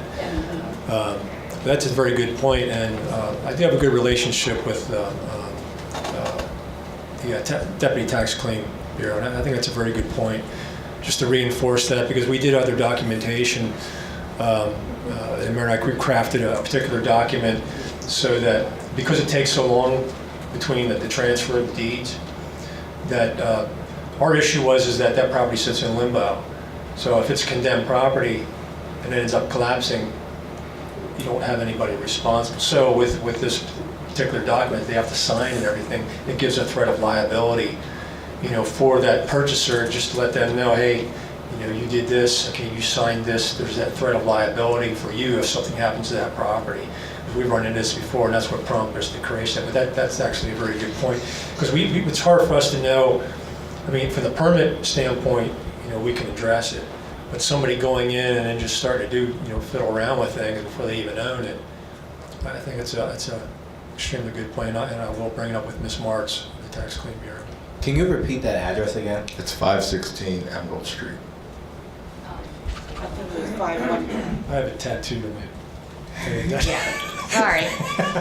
In the meantime, I know it belongs to the prior owners now because it probably didn't actually sell, and I imagine they're probably not gonna be real happy to find out they have a 30-foot long, 15-foot tall pile of garbage in the yard now. They're probably gonna be expected to clean up, but is there any way we can get it cleaned up? Because it's still, I have to look at it every day. Yeah, I'd have to look at it. And I mean, it's on Councilman private wrote it down. property though, that's the Yeah, I sad understand. part, so. I understand. I'll look at it and see what the exact scope of, how large it is. I have the same property on 2134. 2134 is the same thing, North 4th Street. The new owners came in, they cleaned out the house and dumped it in the backyard, and my backyard and their backyard is adjoined together. Sofas, mattresses, toys, whatever, it's just there. If there was ever a fire, I couldn't get out the back, I would have to only get out the front. I did make the complaint to Jim Grant, he saw it. He came and saw it. I don't know what's going to be this. It does have an owner? I think, yes, it has a new owner. 2134. Yeah, 21, yeah, 34. It's next to the one that we... 21, yeah, Yeah. the one you condemned. Yeah. Right, yeah. That's the same one. Yeah, North 4th Street. And just to piggyback, who's up here talking, but one of the things too that's going to be coming out, I can stand up. One of the things that's going to be coming out soon in our Public Works Department is the Sanitation Ordinance. Once we work through the kinks of that, so with that we'll have the ability for like a trash enforcement officer, where he'll have the ability to write those citations for these incidents, because these things that you are talking about should be instantaneous citations, because people already know that what they're doing is wrong.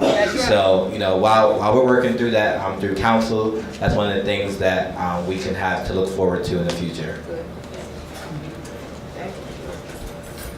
Several months ago, I had the displeasure of spending several weeks in a rooming house here in Harrisburg. I was temporarily displaced.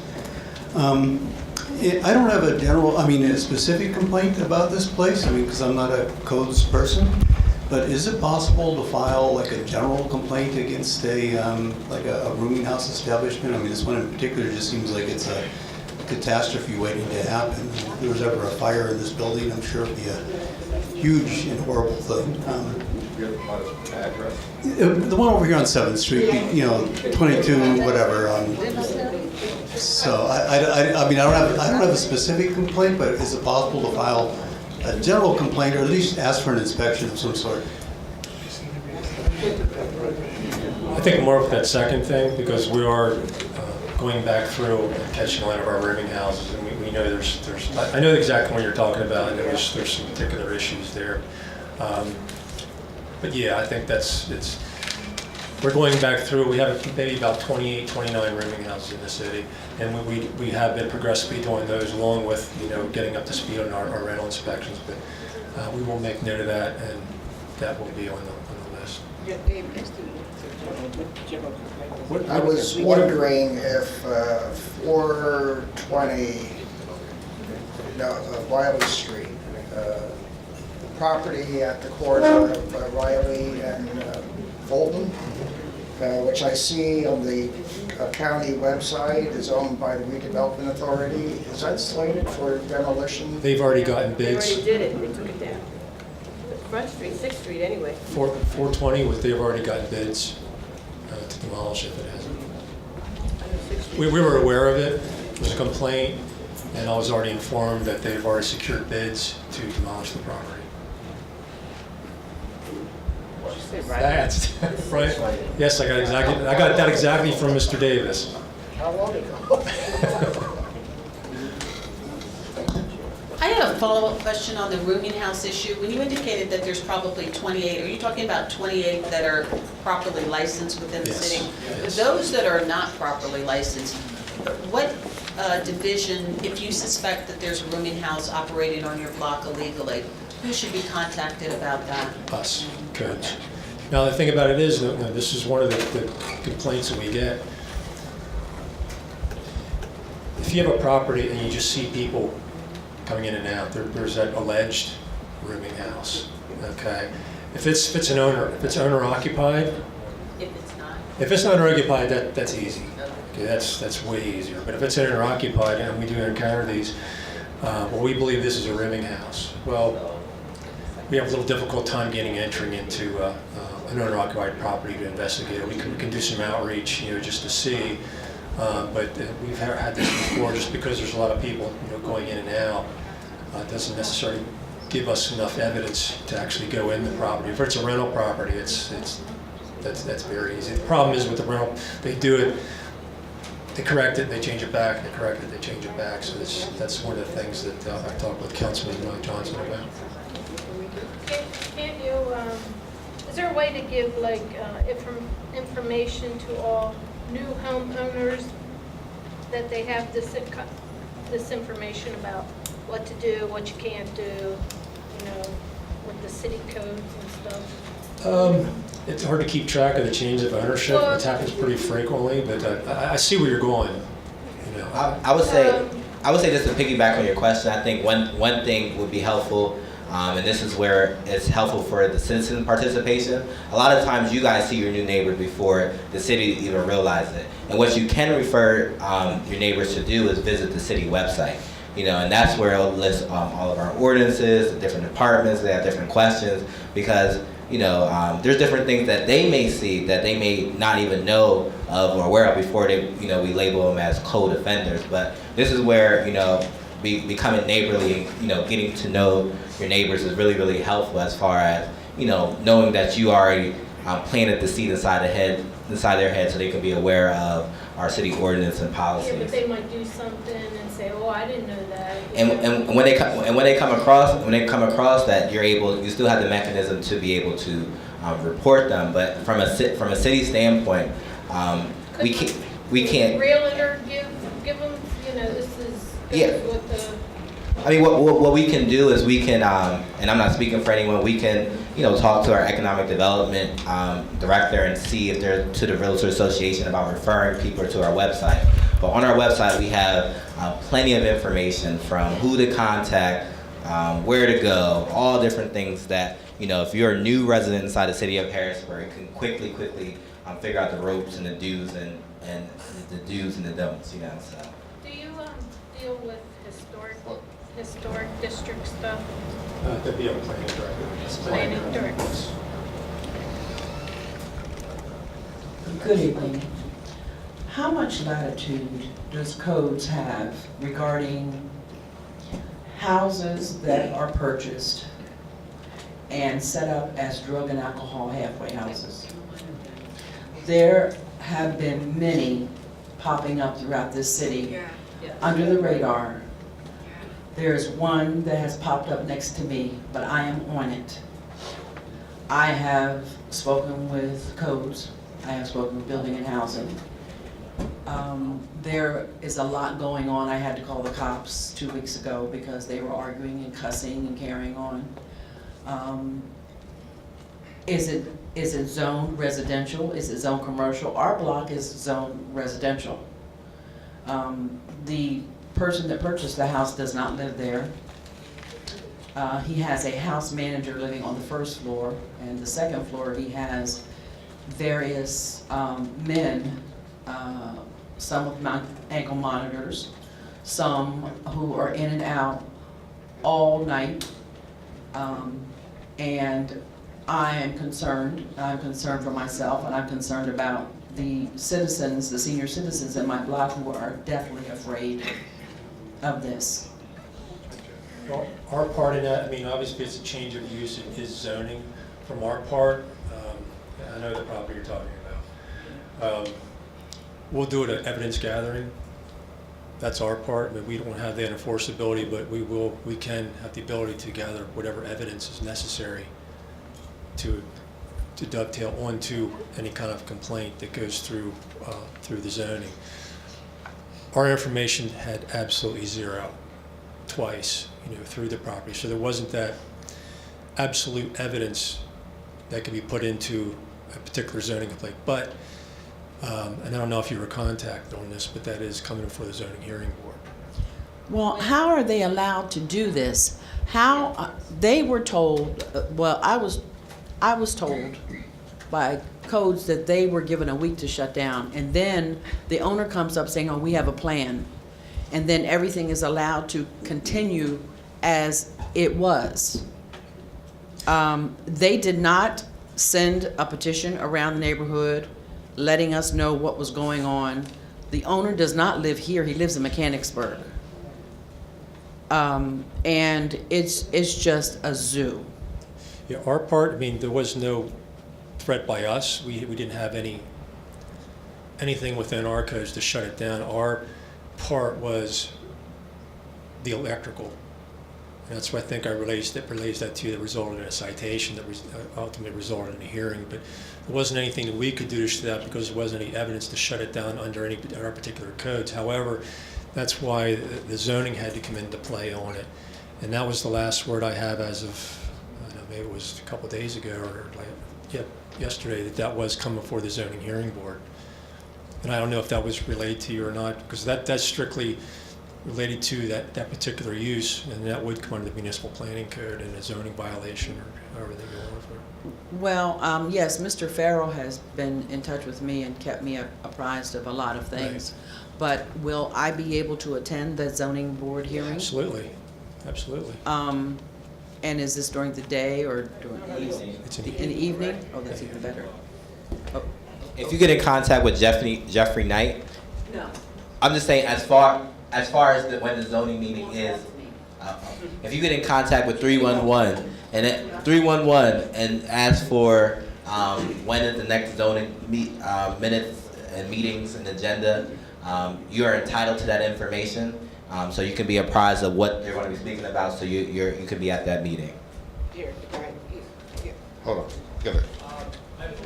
Wait a minute. Any kind of zoning meetings, they will post the property about roughly a few days to a week beforehand. That way they'll be aware that they can go attend these hearings and, make their case fly as good as be there. Yeah, so what he said, in case anyone didn't hear, they post properties. I know it's a really small sign, so sometimes people miss it, but they post properties that are up for zoning hearings as well. Oh, they do. I really don't need the mic on. Regarding the demo list, will it be available to the public, and what will it entail? What are we going to see if it is available to the public? You see, what we're doing is triage. What I've done years ago is establish a certain grading system for each property. Make it 1 to 5. Obviously, the ones are the absolute worst. They're the ones. So the list will be comprised of two segments: the vacant structure grading 1s and the vacant structure grading 2s. Now, they're not in any kind of order because, quite frankly, you really can't make an appointment to do demolition. They will be there, and what we're doing now is basically event-based demolition. We've had fires, we've had collapses. Like I said, we just had one on, I was out on Crescent Street, the whole roof collapsed. So we're out on that. We just finished 7 properties on 400 block of South 14th Street, which couldn't help but make the neighbors happy. They were moving off their foundations. Unfortunately, with the collapse on Crescent Street, it kept us from moving to Good old Joyce, 4th Street. Okay, and then could you give us an average demo? I'm curious to know what $120,000 is going to get us. Is that 2 demos a year or 30 demos a year? No, actually, because it is a small amount, our in-house demolition team, which does a spectacular job, whenever it's adjoining property, that money is used for party walls. Now, those party walls have to be bid out using these federal funds, and they can become kind of expensive, anywhere up to maybe $10,000, $12,000, $15,000, whether it's stucco or a vinyl siding. There's a lot of insulation components and what have you. So that money is reserved for that. If we do a bid out, it's just going to swallow it up. It's going to swallow it up. You get maybe 2 properties out of it because they're like $30,000, $35,000. Whereas our in-house team can do it for half and sometimes a quarter of the cost. That's why we get the most bang for our buck and just kind of blend all those together as resources. I wanted to go back to the what I'll call the pop-up drug houses, where all of a sudden you realize that there are people in your neighborhood who are not traditional or even non-traditional families. They're just people who are there, who are very clearly being cared for by people who are coming from the outside who don't reside in the property.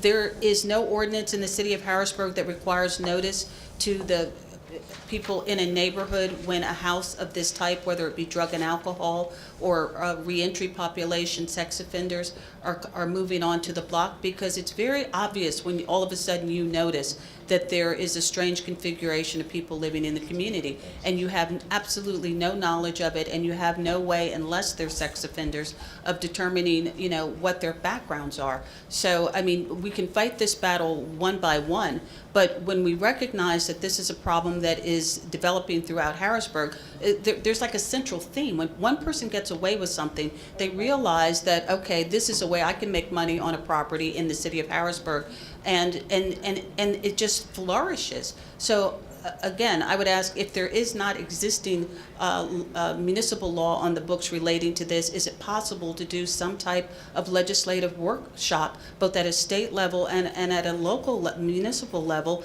so that we can start to address some of these issues? Because we know they exist, but we don't have any means of really doing away with the problem. So I think, she's talking about law, that's why. But I think, so I recently asked this question, so there is municipal law in regards to these drug and alcohol facilities right now. So the thing about it is, within our zoning code, in residential medium density areas, they're allowed by right. Now, by right, they still have to conform to the codes of being able to, for the structure to be able to hold that. In order for them to be able to do that, they still have to get that permit through the zoning board. So that's the thing about it. So as far as maybe what we can look at from a legislative standpoint and seeing what mechanisms we can do to kind of, you know, make it. There's a lot of different things we have to look at from, but that's as far as the zoning code right now, what it says in regards to that. I think you mentioned it, about sex offenders, and I think you kind of tailed it off at the end that if there's a sex offender, by Megan's law, the neighborhood has to be notified. But I think we're more tailoring to these drug and alcohol facilities. But the main thing is for them to have, they have to have a permit for them to exist. And is there a list of the permits? Is there some, who catalogs the permits? Who holds the permits? I would say our zoning and planning department, because they're the one issuing the permits.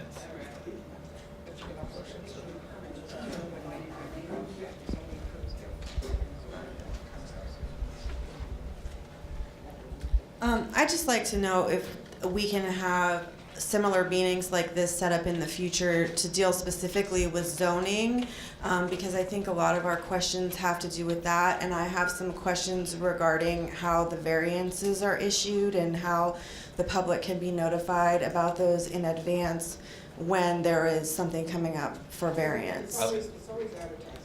Yeah, I check the website, you know, but I only see them after the fact, after the variances are issued. It has to be advertised. It has to be advertised. You just don't see them on the website. It has to be advertised so many days before the hearing. It's always in the Sunday paper. You always look at the classified section. It's always there. And as far as you said, we have more meetings. We just finished talking, and we are going to have a continuation of meetings once a month in various areas of the city of Harrisburg to address questions. So the individuals who cannot come to city council will have an opportunity to talk to council and ask questions of our, administration. Questions?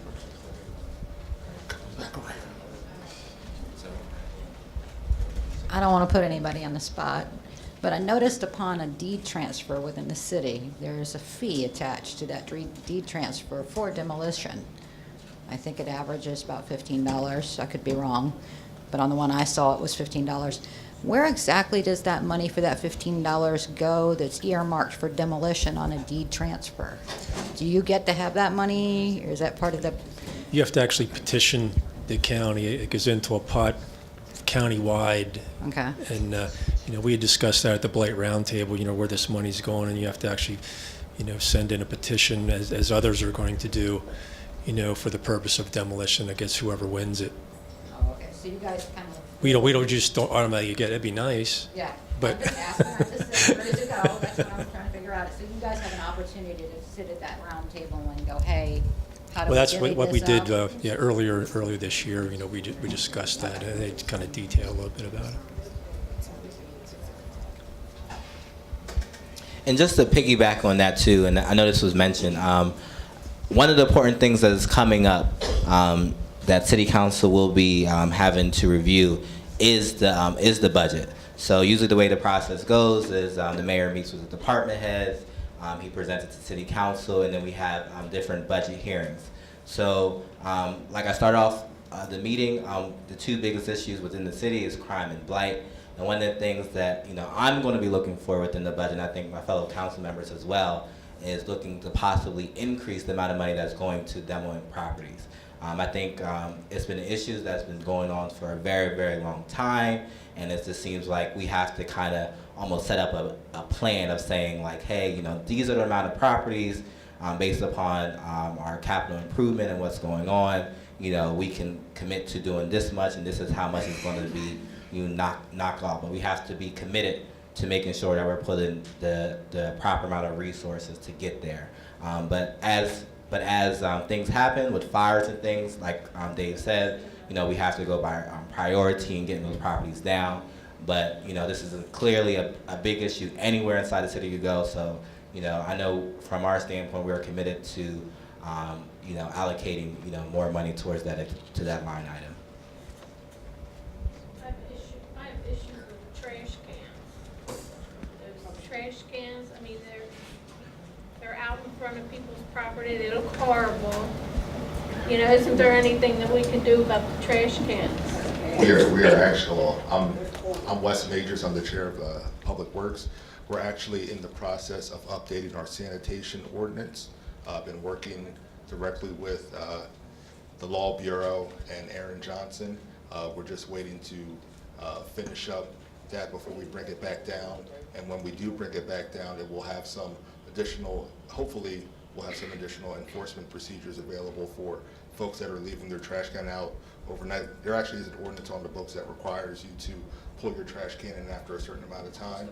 The difficulty right now is the enforcement, so we're looking to try and strengthen those things. Well, it's the people who live in a block and they have no right access to their back. You can't pull them in the back. So they can't pull them in the back. So we do recognize that the trash cans are a certain size, and where people place them, while it may be an inconvenience aesthetically, it may in front of their property may be the best place for them to have it. So we're actually looking to work to see how we can address those issues. And with some of our new trash trucks, there may be some policy changes in terms of where people place their trucks, depending on where the trucks can access. If they can access it via an alleyway, we'll be able to make sure that folks are putting their trash cans in the back. But if the only access they have is on a main thoroughfare or a main street, then we may just have to work on some other way to address it. But we're going to be updating the ordinance. When we get it back down, we do plan on having, again, a series of 2 public meetings out in the public after it comes back down, and so folks have an opportunity to take a look at it before City Council takes any action on it. What's your name again? Wes Majors, M-A-J-O-R-S. You can reach me at wmajors@harrisburgpa.gov. All right, got a couple more questions. Go back here for. I'll go back to you, Ms. Mays, and then come back. Is there any plans, or have we been in the process of doing any kind of blight mapping so that we can prioritize and target the most serious issues within our neighborhoods first? We could do it in a logical manner, the most critical blighted structures. Well, that's where the list comes into play. There is going to be a list developed that we're working on now that will be listed, chronologically, not chronologically, but everything by address. So at least you'll know, what we've already looked at within that. How do they get on that map? On that list. I'm wondering if there's an actual mapping of the sites that the city has done in logical, so it's done in a logical manner. Yeah, we don't have a particular map, but that's another realm of possibility, to try to get some that mapping. It shows the actual properties, the condemned properties, the ones that are most critical, Is that what you're saying? Right, and there may be, you know, some grouping of some areas so that you're not just running around trying to pull down things willy-nilly, but there's some kind of logical, chronological order that you're doing. I mean, you may have a neighborhood that has a group of houses that need to be dealt with instead of doing one over here and going across town and doing another one. Well, that is, again, that's our problem is the triaging. Most of our stuff is event-based. So yeah, but absolutely, I would just love to just get one piece of real estate, you know, one area, and move on and move on and move on. But I keep having to jump back and forth, you know, with fires and collapses. So that's what kind of derails the whole process of just trying to do it, you know, neighborhood by neighborhood. Right. And without the map, and without the map, that's what we're kind of doing right now. And I see what your point is. What the map will be helpful in doing once we get past like this, you know, this event tragic stage where we have enough resources and things allocated to that area, is when we're coming down to those properties that are functionally standing. A lot of times we're coming to properties that are barely standing. So, you know, we're prioritizing right now based upon a public safety threat. But once we get, you know, that first niche of public safety threat through, then we're looking at opportunities. Like there was an opportunity, I think was a good opportunity this year that we did on 14th Street. Is that 14th Street or 15th Street? Or was like that whole stretch of 7 properties? 14th Street, 400 block. Huh? 400 block of. Yeah, 400 block of 14th Street. So there was a couple of properties in there that was in terms of literally about to fall, but they were also in line with properties that would been sitting on our demolition list for a long time. So those as far as grouping, I think we are doing that. I think it's helpful to kind of see it on a citywide perspective with the mapping, but we are having we're not doing it kind of willy-nilly. We are prioritizing first being public safety. Well, it seems like both can be done at the same time. I mean, you can do like mapping and you can triage. It's all about, as we talked about before, it's all about the amount of available funds. Yeah. If we had an unlimited amount of money to do the demolition, we would, but with $120,000 that we have currently available to do demolition, unfortunately, the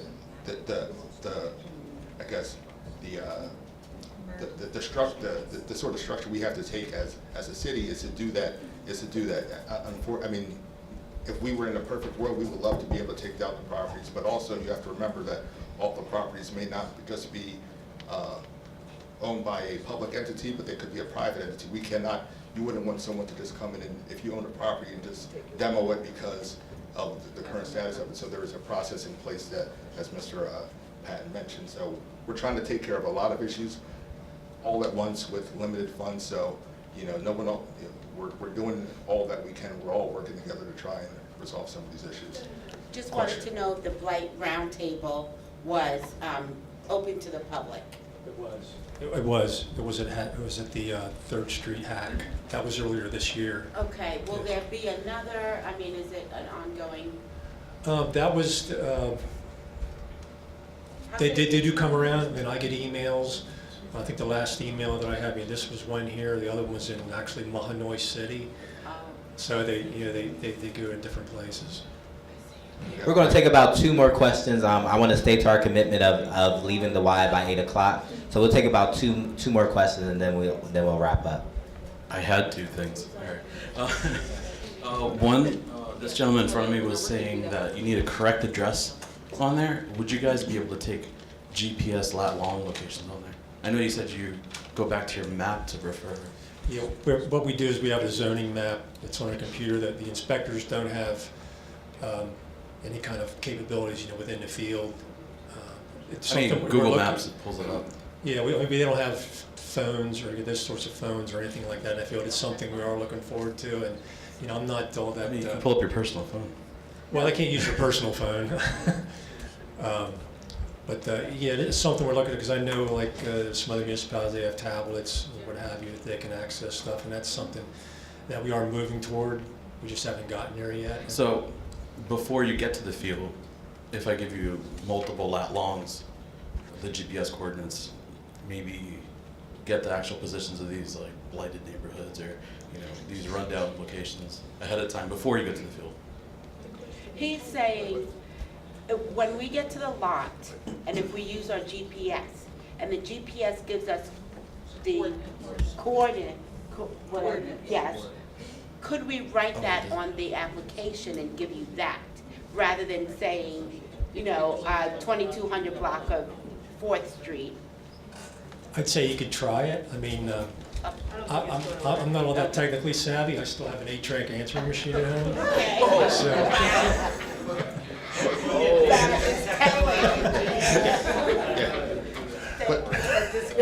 I think that would be fine. Okay. yes. Sorry, I'm causing a disturbance here. Another thing was, what this young lady was saying, you wanted a blight map. So now, all these lat-long locations that you have for one of these locations, couldn't you pull it up into a giant list? And I know Code for PA just started, and you could take all these locations and put it up on a map really quickly. Code for PA just started, and I think it's not over until November. You can give it to one of these giant companies, Deloitte, KPMG, they'll do it quickly, for free. Yeah, maybe he should be your technical assistant. I've got a map in my office with. That's what she was asking for. Yeah, I know. I think a lot of that has come through planning. I'll make sure Dave is up on the latest technology.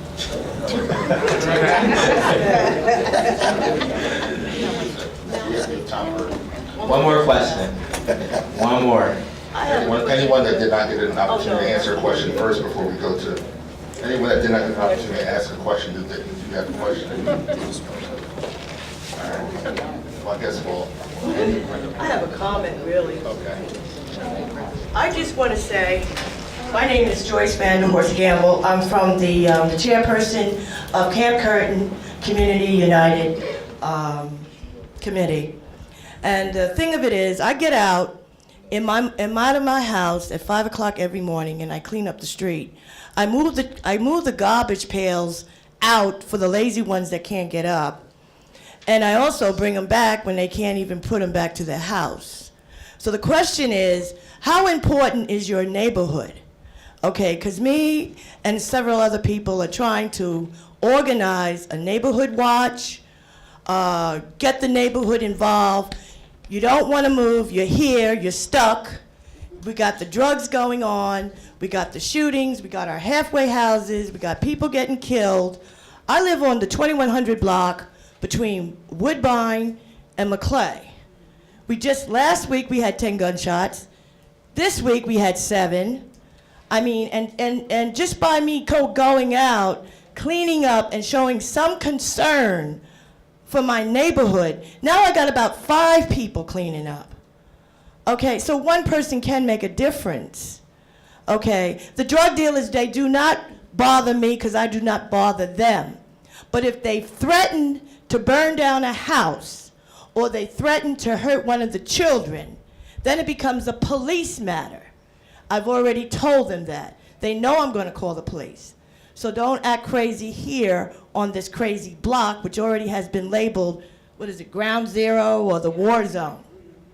Okay, but we have to start taking back our neighborhoods. Okay, I heard all the complaints, about the grass. Now, leaving me, the house is falling down. I have trees growing out of that house that I gave you the picture with this week. And I started pulling the weeds out myself because the weeds was just as big as me. So I said, this is ridiculous. I'm waiting patiently for David Patton to come up and do it. I see all the buildings he's taken down on the hill. He just took down some of the buildings up on 6th Street. I'm aware of what's going on. I do make my complaints. I make a copy of the complaints.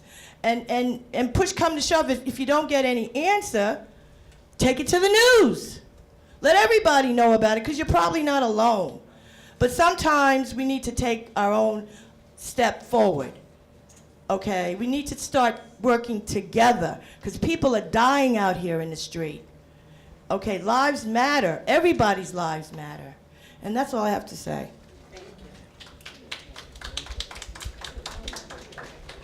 So just to piggyback on what she was saying, that was going to be one of my last comments, is really take the time. If you don't know anyone inside this room, please introduce yourself to someone you don't know. I think it's important for the citizen engagement piece. You guys are what keeps government going. You guys are what keeps government accountable. So I think it's important that we kind of get a new sense of synergy within our communities. So when we have these public forums, we can fill up houses. I think it's upon us to provide the avenue. So I'm glad we took this step, but the next step is to get to know someone in here and figure out what you guys can do to come together on different initiatives and really hold us accountable to that. I just had one question and one comment. Dave, if I thought it might come up tonight, but I didn't hear anything about it. If someone is seeing things like visible mold on a house, particularly houses that are connected in townhome style format, is that a codes issue? Is that a health issue? Like, where can people go with things like that? Actually, there is no regulation on mold. What we do is if we get complaints on mold, we may look at a contributing source, it may be a leak, but DEP or EPA, nobody really deals with it. I mean, there's a variety of different strains.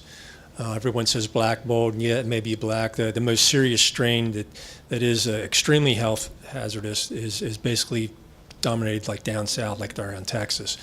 But no, we don't have any kind of regulation on mold. We'll look at any kind of, maybe it's a roof leak, or maybe it's something, within the property maintenance code may be contributing to it. Most of the times what we're seeing inside is it's more maintenance habits. It's just not wiping things down. We'll give them instructions to take some Clorox or do something along those lines. And if there is something that contributes to it, some kind of dampness, maybe it's a window or something like that that's has perforations or something around the outside, or the window sash or something, then we'll address it from that standpoint. Okay, and then the only other comment, kind of back to the administration, one thing that would be helpful, actually this first page was actually helpful. I wish I'd seen this 2 years ago coming on to council actually. But I'm wondering if we can create something like this as a resource that can go into people's utility bills so people know who to call. Because I think I meant to mention the challenge earlier, is that people don't feel like they get a response back sometimes in a timely manner. I think the other issue that some people have is that they get the runaround. They call one thing and there's it's not this one, so they've got to call this one. So if we can help eliminate by giving people direct access, I mean, I know people can use the 311 system, but I think some people want to go to the heart of the matter. And so I think if we can put out something that will give people an opportunity to know who they can call, again, sometimes they just want to go right to the source, maybe that would be something that would be good. Particularly codes is good, zoning is good, trash and light, all of those things go hand in hand. People just need the resources. Sure, yeah. That's it. All right, if there's not, hold on. Save the best for last. I'm president. I'm gonna stand up. I'm just glad to see everybody out this evening. This was certainly a good educational program for everyone. What I want to say to you is that, I know you all have complaints and issues, but look what we've done. Look what we have accomplished. We now have about 8 officers up back there. You now see them riding through the streets. You now can call someone when you have a problem with your grass or your homes. We have homes that were burnt, and the fire marshal put his date on them. When we went out campaigning, the date was 1999 when that house was burnt down. But look what we're doing today. But with your help, and you're coming out to these programs that we have, these sessions that we have, and you're letting us know what the issues are, we're able to do something. 12 years ago, we didn't have any money. We couldn't take down a house. We couldn't buy trash cans. We couldn't buy any vehicles. Look what we've done today. But we need your help because we want to know what else we can do to make your life better. And I think this administration, City Council, will work the best, the hardest, to do whatever we can do to make your life comfortable for the city of Harrisburg. So we just want to say thank you and encourage more of your residents to come out, your neighbors, because we want to hear what you have to say. We want to hear your issues and concerns. And we're going to be here tomorrow, and maybe Hamilton Health tomorrow at 5:30. So we want everyone to come out again, and even invite your friends and tell them to come out, because Harrisburg's moving forward, and we're doing good. Or we're doing better. I'm sorry. Thank you all. Thank you all. Have a good night. Appreciate it. Thanks, everyone.